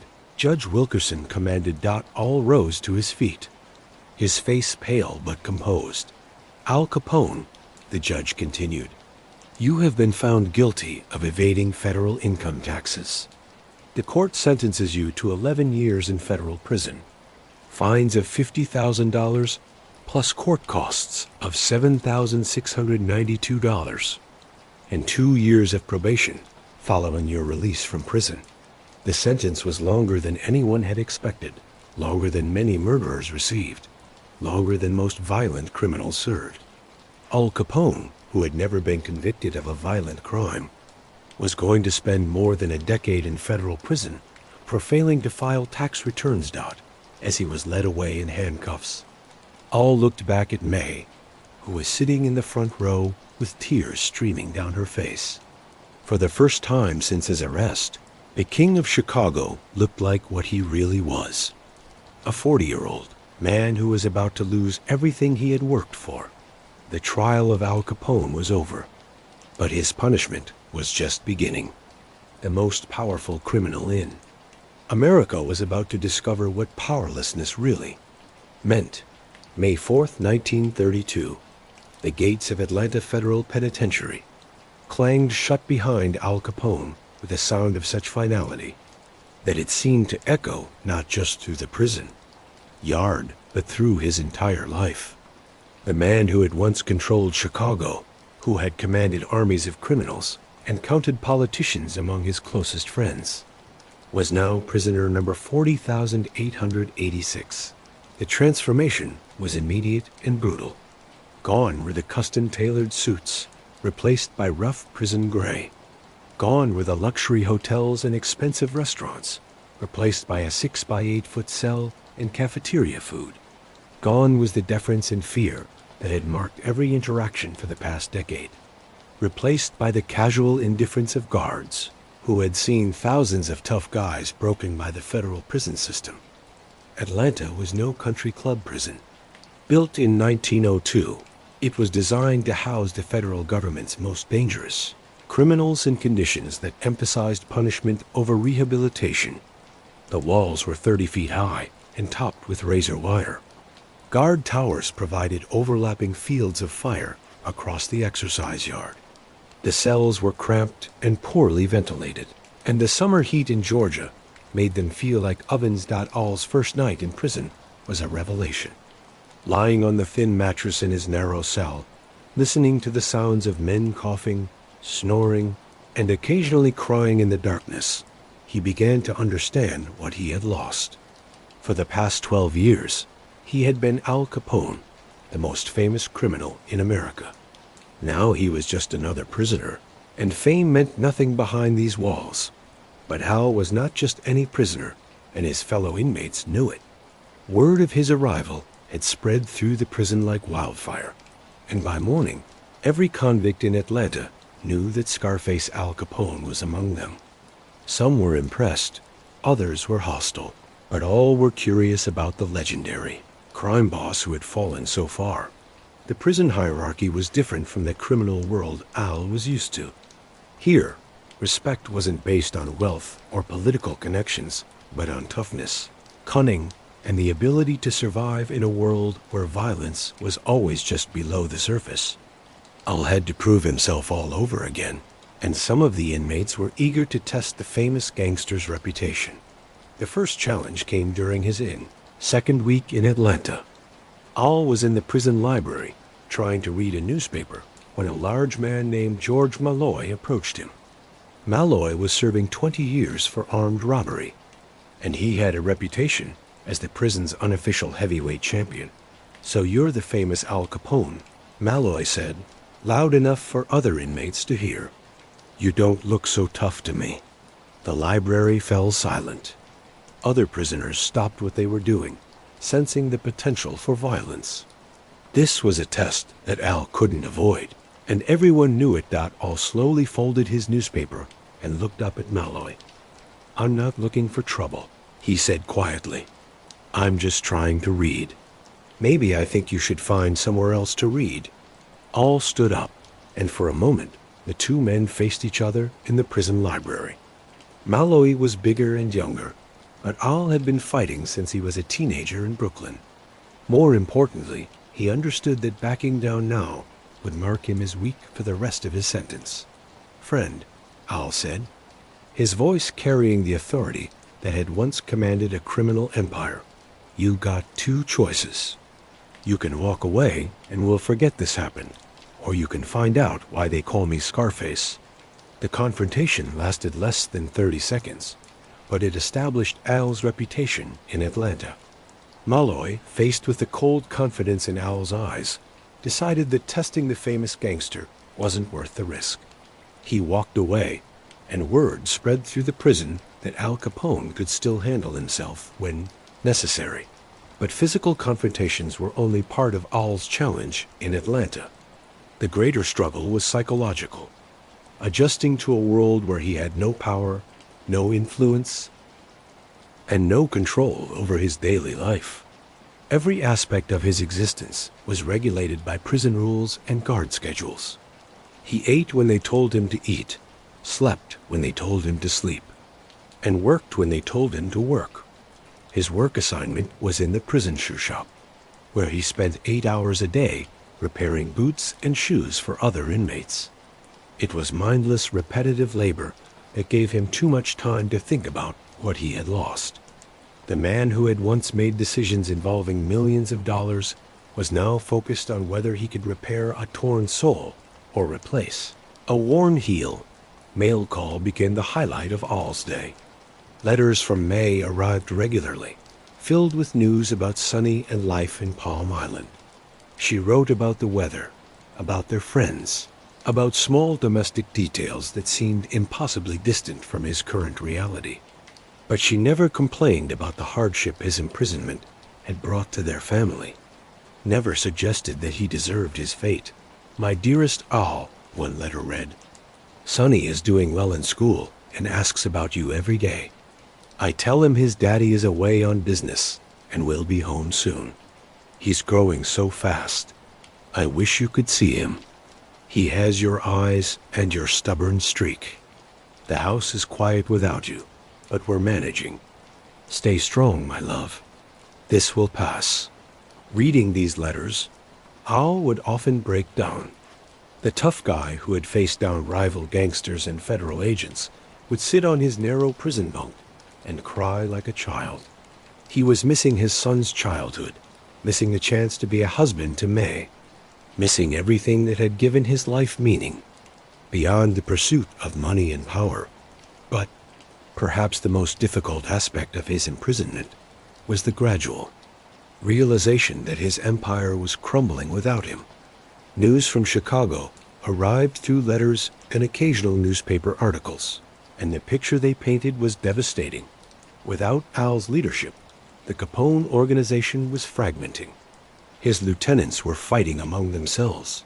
Rival gangs were moving into his territory, and federal agents continued their relentless pressure. Frank Nitti had assumed leadership of the organization, but he lacked Al's charisma and strategic vision. The unity that Al had built through a combination of fear and respect was dissolving into chaos and petty squabbling. Worse yet, some of Al's former associates were cooperating with federal investigators, trading information about the organization's operations in exchange for reduced sentences. The most crushing blow came in the form of a newspaper article that May included in one of her letters. The headline read, "Capone Empire in Ruins is Former. All Eyes Turn State's Evidence." The article described how several of his most trusted lieutenants had been arrested and were now providing detailed information about the organization's criminal activities. "They're rats," Al said to his cellmate, a forger named Eddie O'Hare, who had become his closest friend in prison. "Every one of them. After everything I did for them, after all the money I made them, they're selling me out to save themselves? What did you expect?" O'Hare replied, "Loyalty is a luxury. These guys got families, got their own problems. You're not there to protect them anymore, so they got to protect themselves." It was a harsh truth that Al was slowly learning. Criminal organizations were held together by self-interest, not loyalty. Without his presence to enforce discipline and distribute rewards, the bonds that had united his empire were dissolving. But the most troubling development was the deterioration of his own health. Al had been suffering from syphilis for years, but the stress of imprisonment was accelerating the disease's progression. He experienced frequent headaches, periods of confusion, and moments when he couldn't remember basic details about his life. The prison doctor, a competent but overworked physician named Dr. George Hess, recognized the symptoms immediately. Syphilis was common among prisoners, and Dr. Hess had seen its devastating effects many times before. "Mr. Capone," he said during one of Al's medical examinations, "I need to discuss your condition with you. You have what we call neurosyphilis. The disease has progressed to your nervous system. Without treatment, it will continue to worsen." "What kind of treatment?" "There are some medications that might slow the progression, but I have to be honest with you. The damage that's already been done can't be reversed. The best we can do is try to prevent it from getting worse." Al left the prison infirmary with a bottle of pills and the knowledge that his body was betraying him just as surely as his associates were. The disease that he had contracted in his youth was now claiming its price, and there was nothing his money or reputation could do to stop it. As his second year in Atlanta began, Al's physical and mental condition continued to deteriorate. The headaches became more frequent and severe. His memory became increasingly unreliable. Most troubling of all, he began experiencing periods of paranoia and confusion that left him unable to distinguish between reality and hallucination. During one particularly bad episode, Al became convinced that federal agents were poisoning his food. He refused to eat for 3 days, convinced that every meal contained deadly toxins. It took the combined efforts of Dr. Hess and several guards to convince him that his fears were unfounded. The other prisoners began to notice the change. The man who had arrived as the legendary Al Capone was becoming something else, a confused, occasionally babbling shadow of his former self. Some felt sorry for him. Others saw opportunity in his weakness. But all recognized that the disease was slowly destroying one of the most feared men in America. But Al still had moments of clarity, times when his mind functioned with something approaching its former sharpness. During these periods, he would write letters to May and Sonny, trying to maintain some connection to the life he had lost. "My beloved son," he wrote in one letter to Sonny, "I know you don't understand why Daddy can't come home, but I want you to know that everything I did for our family. I made mistakes, big mistakes, and now I have to pay for them. But I want you to learn from my mistakes. Study hard in school, respect your mother, and always remember that there are no shortcuts to anything worthwhile. I love you more than you can possibly understand. These letters were perhaps the most honest things Al Capone ever wrote, stripped of the bravado and justification that had marked his public statements. They revealed a man coming to terms with the consequences of his choices. As 1934 approached, rumors began circulating through Atlanta about changes in the federal prison system. A new penitentiary was being constructed on an island in San Francisco Bay, a facility so secure and isolated that escape would be impossible. It was designed to house the federal government's most dangerous criminals, and Al Capone's name was at the top of the list. The news filled Al with dread. Atlanta was harsh, but it was still connected to the outside world. Visitors could come, mail arrived regularly, and there was at least the illusion of contact with normal life. This new prison Alcatraz, they called it, was designed to be a living tomb. On August 19, 1934, Al Capone was transferred to Alcatraz Federal Penitentiary. As the prison transport vehicle drove through the gates of Atlanta for the last time, he looked back at the walls that had contained him for 2.5 years. Had no way of knowing that his time in Atlanta would seem like paradise compared to what awaited him on the rock dot, the ferry cut through the gray waters of San Francisco Bay like a knife through silk. Its engine's steady throb, the only sound as Al Capone stared through the barred windows at his new home. Alcatraz Island rose from the water like something from a nightmare, a fortress of stone and steel that had been designed for one purpose: to hold the most dangerous criminals in America and ensure they never escaped. August 22, 1934. Al was 41 years old, but he felt ancient as he shuffled up the dock in leg irons and handcuffs. The syphilis was progressing more rapidly now, affecting his balance and coordination. The man who had once commanded respect, through his physical presence, now depended on guards to keep him from falling. Intake process at Alcatraz was designed to strip away any remaining sense of identity or importance. Al's expensive civilian clothes were taken away and replaced with a standard prison uniform. His personal possessions were cataloged and stored. Most symbolically, he was assigned a new number, AZ-85. From this moment forward, he was no longer Al Capone, the famous gangster. He was just another federal prisoner. Warden James A. Johnston had been handpicked to run Alcatraz, and he had specific instructions regarding Al Capone.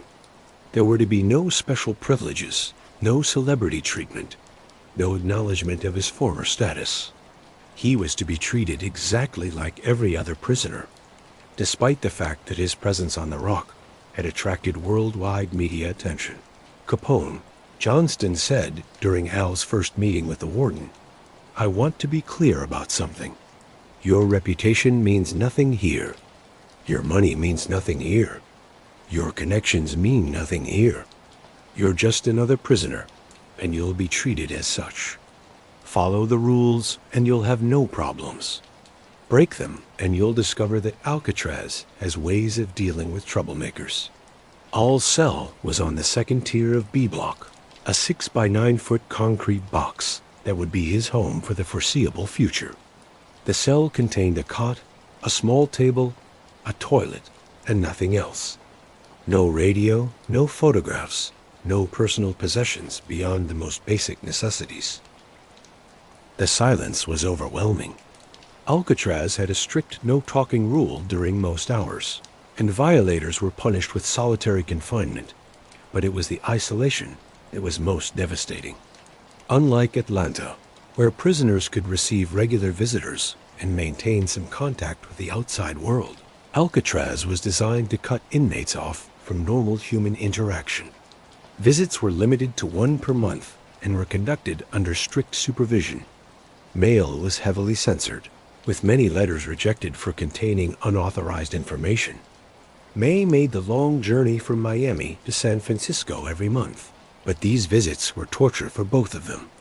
They were separated by thick glass and could communicate only through primitive telephone equipment that distorted their voices.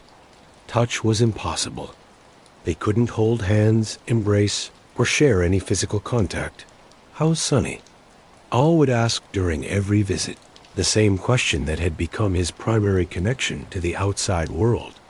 "He's doing well in school," May would reply, trying to sound cheerful despite the tears in her eyes. "He asks about you all the time. I tell him you're working and will be home soon." These conversations became increasingly difficult as Al's mental condition deteriorated. Sometimes he would forget things they had discussed just minutes earlier. Other times he would become confused about where he was or why. May couldn't come into his cell to comfort him. The daily routine at Alcatraz was mind-numbingly repetitive. Wake-up call at 6:30 a.m., followed by cell inspection and breakfast. Work assignments from 8 a.m. to 11:30 a.m., lunch and a brief recreation period. More work from 1 p.m. to 4:30 p.m., followed by dinner and return to cells for the night. Lights out at 9:30 p.m., and then 12 hours of darkness and silence. Al's work assignment was in the prison laundry, where he spent his days washing and folding clothes for other inmates and prison staff. It was hot, humid work that left him exhausted and dizzy. The syphilis was affecting his coordination, and he frequently dropped things or stumbled while carrying loads of laundry. The other prisoners at the Alcatraz were a mixture of famous criminals and dangerous unknowns. Machine Gun Kelly, the notorious kidnapper, worked in the machine shop. Doc Barker, member of the infamous Barker gang, was assigned to the kitchen. Associates of George, Babyface, Nelson were scattered throughout the prison population. But fame meant nothing on the rock. Al discovered that his reputation as a crime boss carried no weight with men who had their own reputations and their own problems. Some inmates resented his celebrity status. Others simply ignored him. And a few saw his obvious weakness as an opportunity for exploitation. The most serious threat came from a prisoner named James Lucas, a bank robber who had been sent to Alcatraz for killing a federal agent. Lucas was younger, stronger, and mentally sharper than Al, and he began systematically intimidating the former crime boss. "Hey, Scarface," Lucas would whisper during work details. "You don't look so tough now. Maybe it's time somebody showed you what real criminals look like." The harassment escalated over several months, with Lucas and his associates making Al's life miserable through small acts of petty cruelty. They would steal his food during meals, accidentally bump into him in the corridors, and spread rumors that the famous Al Capone was now just a weak old man who couldn't protect himself.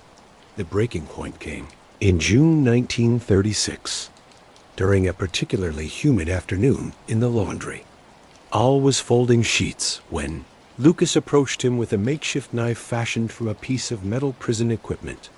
"Time to pay the price for all that fame." "Capone," Lucas snarled, moving closer with the weapon. What happened next surprised everyone, including Al himself. Despite his deteriorating health, despite months of intimidation, something of the old Al Capone surfaced in that moment. Years of street fighting and criminal violence came flooding back, and he reacted with the instincts that had kept him alive in Brooklyn and Chicago. Al grabbed a heavy laundry iron and swung it with desperate strength, catching Lucas across the side of the head. The younger man went down hard, blood streaming from a gash above his ear. Other prisoners scattered as guards rushed in to break up the fight. Both men were immediately sent to solitary confinement, the hole, as prisoners called it. Al spent 10 days in a windowless cell barely large enough to lie down in, with only bread and water for sustenance. But the fight had served its purpose. Word spread through the prison that Al Capone could still be dangerous when cornered, and the harassment stopped. However, the incident marked a turning point in Al's mental deterioration. The stress of the confrontation, combined with the punishment of solitary confinement, accelerated the progression of his syphilis. When he emerged from the hole, Other prisoners noticed that he seemed more confused, more prone to talking to himself, more disconnected from reality. Dr. George Hess, the prison physician, documented Al's declining condition in increasingly alarming medical reports. The prisoner was experiencing severe headaches, memory loss, periods of disorientation, and occasional hallucinations. Most troubling of all, he was beginning to show signs of dementia, the final stage of untreated syphilis. The patient's condition is deteriorating rapidly, Dr. Hess wrote in one report. He frequently becomes confused about where he is and why he's here. Yesterday, he asked a guard when he could go home to Chicago, apparently having forgotten that he was in prison. This morning, he couldn't remember his wife's name. The transformation was heartbreaking to witness. The man who had once commanded a criminal empire with a sharp intelligence and strategic thinking was losing the ability to perform basic mental tasks. He would forget the names of guards he had known for months, become lost trying to find his cell, and sometimes stand in the shower fully clothed because he had forgotten to undress. But perhaps the most tragic symptom was his relationship with music. Al had always loved music. In Chicago, he had frequently attended concerts and opera performances, and he had genuine appreciation for jazz and classical compositions. On Alcatraz, prisoners were allowed to join a small band that played during recreational periods, and Al had initially been assigned to play the banjo dot at first. He had shown flashes of his old musical ability, picking out simple melodies and keeping rhythm with the other instruments. But as his condition worsened, his musical skills deteriorated as well. He would forget chords he had known for years, lose track of tempo, and sometimes stop playing entirely, staring at his instrument with confusion. The other prisoners in the band were patient with him, understanding that the famous Al Capone was fighting a battle he couldn't win. But it was painful to watch a man who had once been so mentally sharp struggle with activities that should have been simple. May's monthly visits became increasingly difficult as Al's condition worsened. During one visit in late 1937, he didn't recognize her at first, staring through the glass partition with confusion and fear. "Who are you?" he asked when she picked up the telephone. "Why are you here?" "I don't know you." May broke down crying, unable to maintain the cheerful facade she had worn for so many visits. "Al, it's me. It's May, your wife. I love you, and I'm here to see you like I always am." For several minutes, Al stared at her with blank incomprehension. Then, slowly, recognition dawned in his eyes. "May? May, is that really you? I'm sorry. I'm so sorry. Sometimes I get confused about things."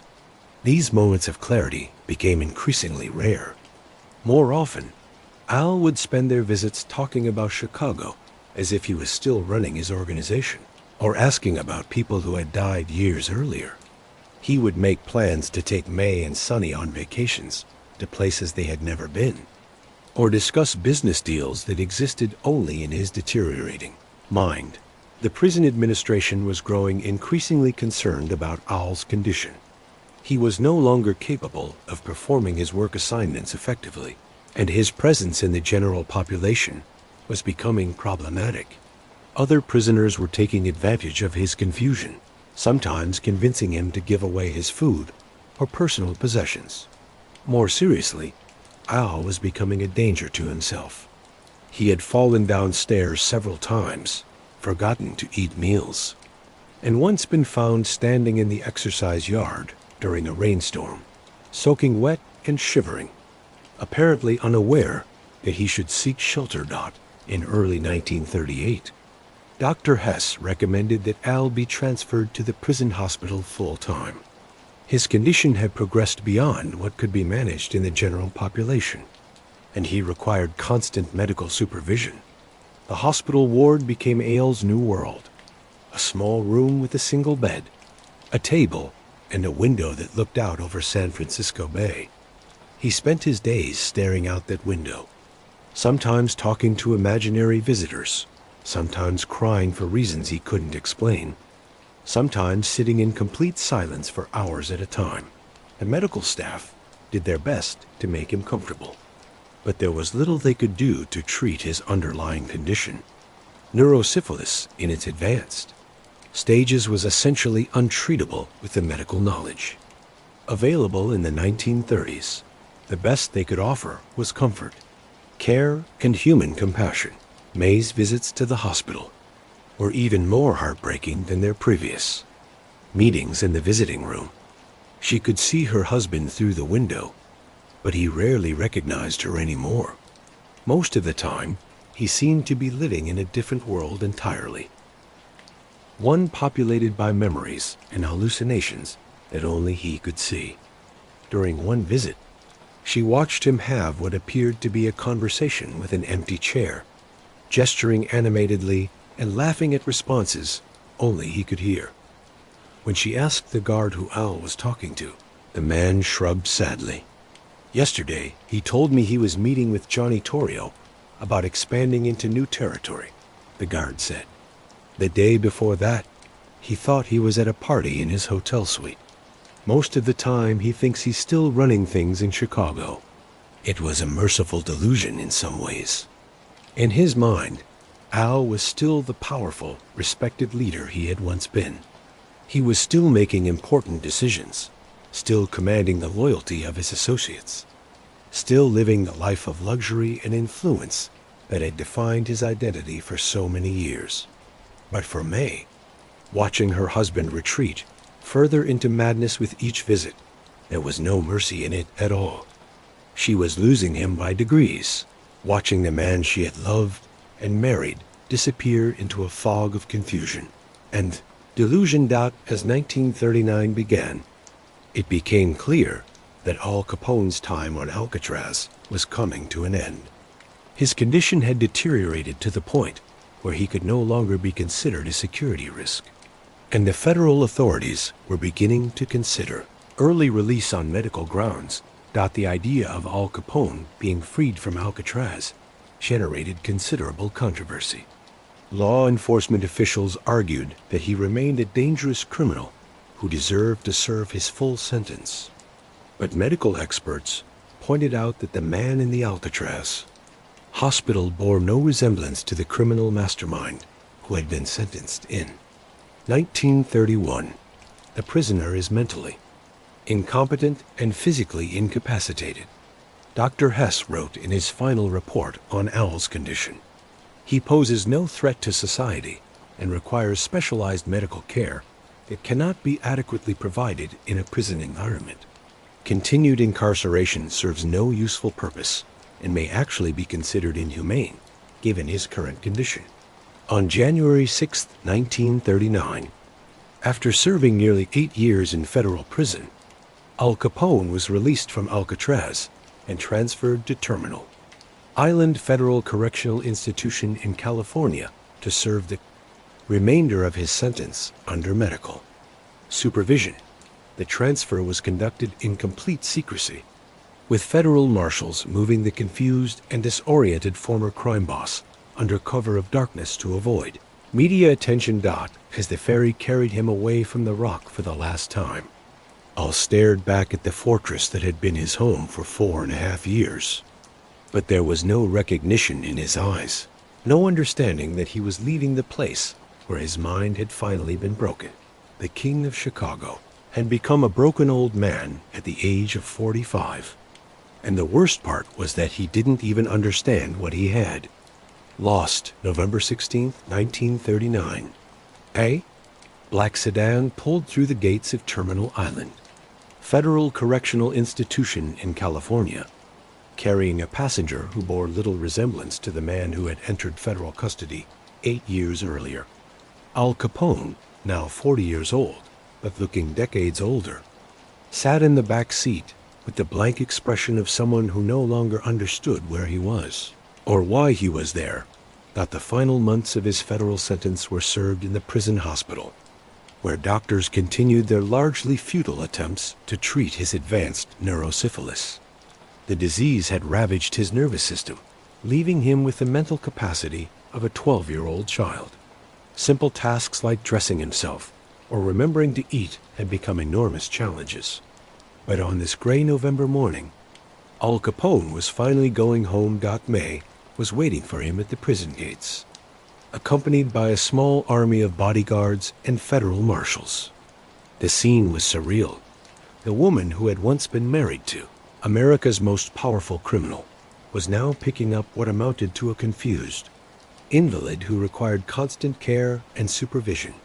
"Al," she said softly as he shuffled toward the car, his movements uncertain and his eyes unfocused. "It's me. It's May. You're coming home now." He looked at her with the puzzled expression that had become his default state, studying her face as if trying to remember something important that remained just out of reach. "Do I know you?" he asked, his voice carrying a slight slur that was one of the neurological symptoms of his disease. May's heart broke a little more, but she had learned to hide her pain behind a gentle smile. "Yes, darling. I'm your wife. We're going home to Florida now. You'll like it there. It's warm and sunny, and you can sit by the water." The journey to Palm Island was conducted with elaborate security precautions. Federal authorities were concerned that Al might still be a target for revenge-seeking rivals or law enforcement officials who felt he had escaped justice. But their fears were largely unfounded. The man sitting in the back of the sedan posed no threat to anyone, least of all himself. The estate on Palm Island had been maintained in Al's absence, though many of the valuable furnishings and artwork had been sold to pay for legal fees and medical expenses. May had done her best to preserve their home, but 8 years of supporting a family without income had taken their toll. The swimming pool, where Al had once entertained celebrities and politicians, was now covered with a tarp, and the carefully manicured gardens had grown wild. But to Al, in his confused state, the house might as well have been a palace. He wandered through the rooms like a child, exploring a new toy, touching furniture and staring at photographs with wonder and confusion. Most of the pictures meant nothing to him. His memories of his criminal career had been largely erased by the disease. But occasionally he would pause at a family photo and seem to remember something. "That's Sonny," May would explain, pointing to pictures of their son. "That's our boy. He's grown up now, but he still loves his daddy very much." Sonny, now 21 years old, had spent his teenage years struggling with the knowledge that his father was America's most famous criminal. He had changed his name legally, dropping the Capone surname in favor of his mother's maiden name, and had tried to build a normal life despite the burden of his heritage. The reunion between father and son was painful for everyone involved. Sonny had hoped that his father's release from prison might restore some semblance of family normalcy. But it quickly became apparent that the man who came home bore no resemblance to the father he remembered. "Dad," Sonny said tentatively during their first meeting. "Dad, do you remember me?" Al stared at this young man with the same puzzled expression he wore when meeting strangers. "You're very tall," he said finally. "Do you play baseball?" "I used to play baseball when I was young." It was a heartbreaking conversation that set the tone for their relationship during Al's final years. The father who had once been so proud of his son, who had written touching letters from prison about his hopes for Sonny's future, now couldn't consistently remember that he had a son at all. May hired a team of nurses and caregivers to help manage Al's daily needs. His condition required constant supervision. He would forget to eat if not reminded, would wander away from the house if not watched, and sometimes became agitated and confused without warning. The man who had once commanded a criminal empire now needed help with the most basic activities of life. Dr. Kenneth Phillips, a Miami physician who specialized in neurological disorders, began treating Al on a regular basis. His initial examination confirmed what the prison doctors had documented. Al's neurosyphilis had progressed to the point where significant mental recovery was impossible. Mrs. Capone. Dr. Phillips explained during one of their consultations, "I want you to understand your husband's condition. The disease has caused permanent damage to his brain. He may have brief moments of clarity, but his overall mental capacity will continue to decline. The best we can do is keep him comfortable and try to slow the progression." May nodded, having already accepted this reality during our visits to Alcatraz. But hearing it confirmed by another medical expert made it somehow more final, more real. The daily routine at Palm Island was structured around Al's limitations and needs. He would wake up late in the morning, often confused about where he was or what day it was. A nurse would help him dress and shave, tasks that had once been automatic, but now required step-by-step assistance. Breakfast was usually eaten on the terrace overlooking Biscayne Bay, where Al would sit in the Florida sunshine and stare out at the water. Sometimes he seemed to recognize the view, and he would tell rambling stories about boats and fishing and swimming. Other times he would sit in complete silence, apparently lost in thoughts that no one else could share. The afternoons were often spent in the garden, where Al had developed a childlike fascination with feeding the ducks that visited the property. He would stand by the edge of the water, throwing breadcrumbs and talking to the birds as if they were old friends. It was a simple pleasure that seemed to bring him genuine happiness, one of the few activities that consistently engaged his attention. "Look at them swim," he would say to May, pointing excitedly at the ducks. "They're so fast in the water. I used to be fast in the water too. I was a good swimmer when I was young." These glimpses of his former self were both precious and heartbreaking.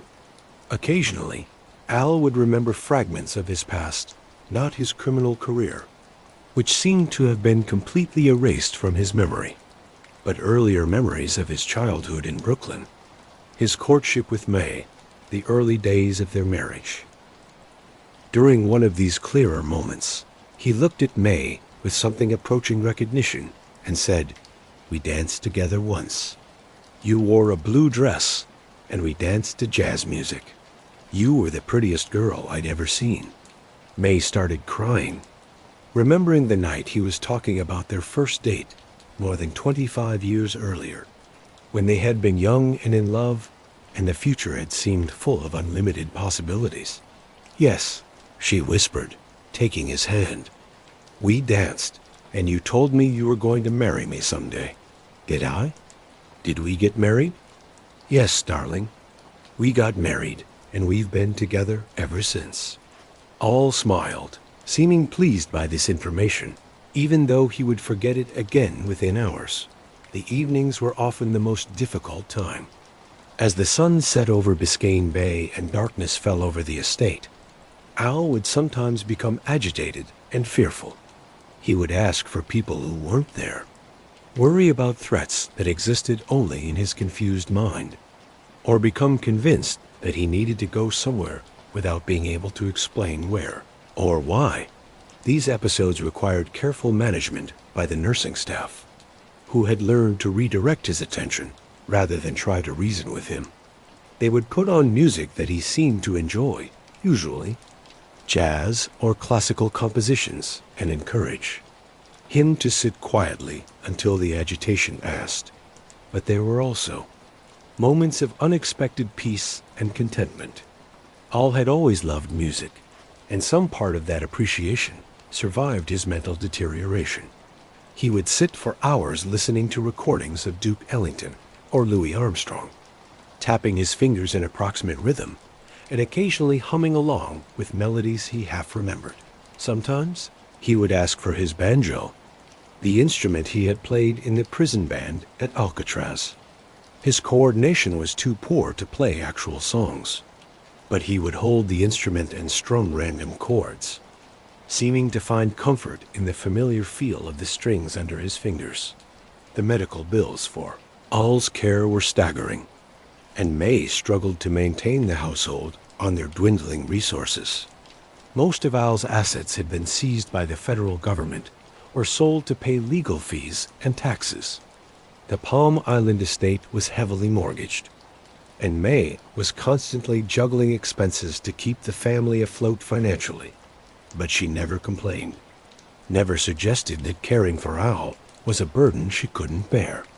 She had married him for better or worse, and she was determined to honor that commitment, even though the man she was caring for bore little resemblance to the husband she had lost to prison and diseased out friends and family members.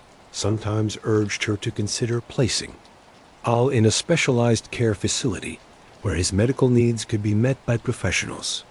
But May refused to consider the option. "He's my husband," she would say firmly. "He belongs at home with his family. We'll manage somehow." As the months passed, Al's condition continued to deteriorate slowly but steadily. His vocabulary became more limited, his periods of confusion more frequent, his ability to care for himself more compromised. The man who had once given interviews to newspaper reporters now struggled to complete simple sentences. Dr. Phillips documented the progression of the disease in his regular reports, noting the steady decline in Al's cognitive abilities and physical coordination. But he also observed something that medical textbooks couldn't capture: the dignity and grace with which May cared for her husband, and the occasional moments of joy that Al still experienced despite his limitations. "The patient continues to decline," Dr. Phillips wrote in one report, "but he appears to be comfortable and well cared for. His wife's devotion is remarkable, and the family has created an environment where the patient can experience whatever happiness his condition allows." The outside world gradually forgot about Al Capone. As the years passed, the newspapers that had once chronicled his every move now rarely mentioned him, and when they did, it was usually to note that the former crime boss was living quietly in Florida under medical care. A new generation of criminals had taken center stage, and Al's era of organized crime seemed like ancient history. But for May, caring for Al remained the central focus of her life. She measured time not by calendar months or world events, but by the small victories and setbacks of his daily existence. A day when he remembered her name was cause for celebration. A night when he slept peacefully was a gift to be treasured. By 1946, Al's condition had declined to the point where he rarely left his bed. He would lie for hours staring at the ceiling or out the window, occasionally responding to May's voice, but more often lost in some internal world that no one else could access. His body was failing along with his mind. He had lost significant weight, his coordination was severely impaired, and he frequently suffered from infections and other complications. Dr. Phillips prepared May for what was becoming increasingly obvious. Al's time was running out. The combination of neurosyphilis, physical complications from years of poor health, and the general deterioration of his body was creating a situation from which there could be no recovery. "I want you to know," Dr. Phillips told May during one of his visits, "that you've given your husband the best possible care under impossible circumstances. You've allowed him to spend his final years surrounded by love and dignity, and that's more than most people in his condition receive." May nodded, understanding what the doctor was trying to tell her without saying it directly. She had known for months that Al was dying, had seen it in his increasing weakness and confusion. But knowing it intellectually and accepting it emotionally were different things entirely. On the morning of January 21st, 1947, May woke to find Al unresponsive in his bed. His breathing was shallow and irregular, and his skin had taken on the grayish pallor that indicated his body was shutting down. Dr. Phillips was called immediately, but there was little he could do except confirm that Al was dying. May sat beside her husband's bed, holding his hand and talking to him, even though he couldn't respond. She told him about their early days together, about Sonny and how proud they were of him, about the good memories they had shared before everything went wrong. "It's okay," she whispered. "You can rest now. You fought long enough." I'll take care of everything. At 7:25 p.m. on January 21st, 1947, Al Capone died of cardiac arrest at the age of 48.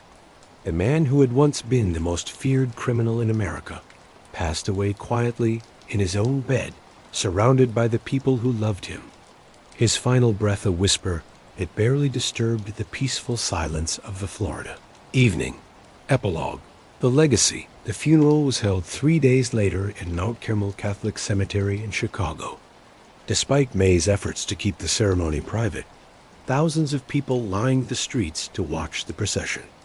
Some were there out of curiosity, others out of respect, and still others because they remembered the man who had fed the hungry during the Great Depression and had, in his own twisted way, been a part of Chicago's history.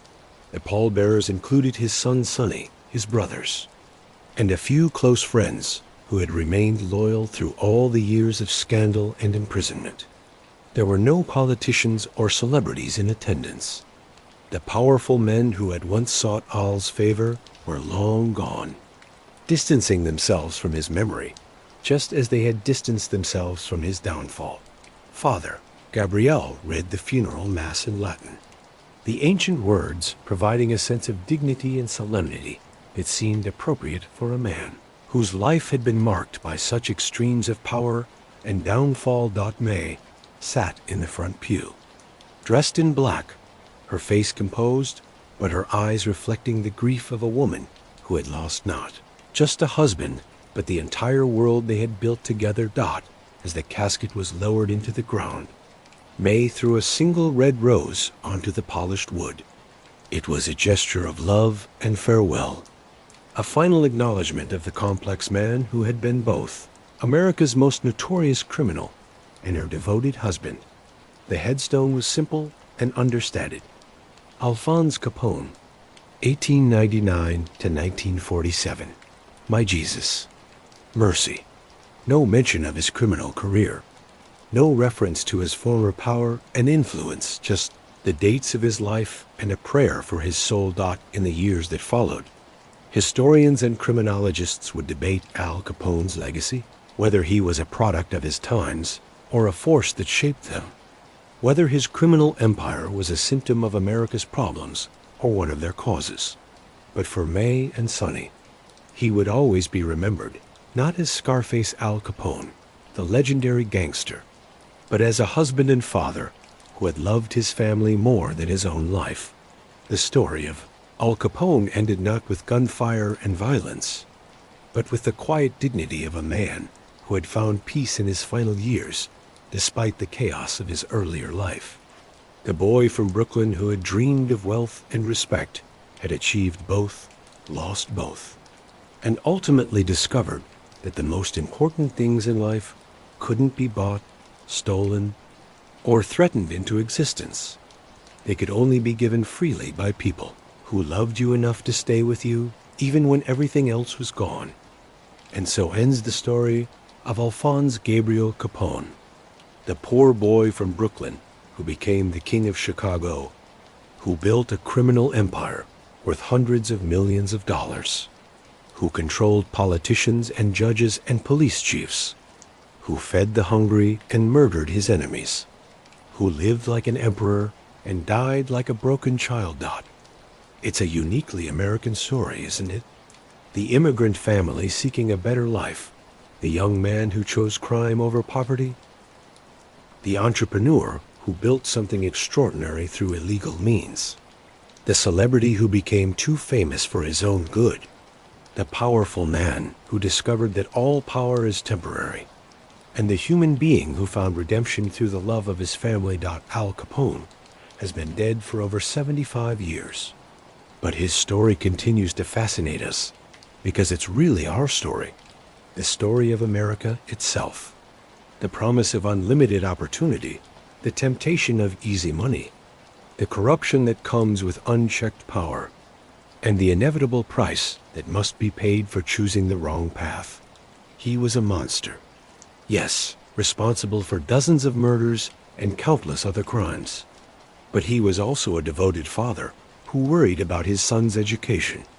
a generous man who fed thousands during the Great Depression, and a husband who inspired such loyalty in his wife that she cared for him through 8 years of imprisonment and 8 years of mental illness. That complexity, that contradiction between good and evil that existed in the same person, is what makes Al Capone's story so compelling. He wasn't a cartoon villain or a mythical figure. He was a human being who made choices, faced consequences, and ultimately paid the highest possible price for the life he chose to live. The Chicago he ruled is gone now, transformed by time and progress into something he wouldn't recognize. The speakeasies and gambling houses have been replaced by legitimate businesses. The corrupt politicians and bought judges have given way to more honest public servants. The desperate poverty that drove young men to crime has been replaced by social programs and economic opportunity. But in some ways, the America that created Al Capone still exists. The gap between rich and poor, the temptation of quick money through illegal means, the corruption that comes with concentrated power, these are still part of our society.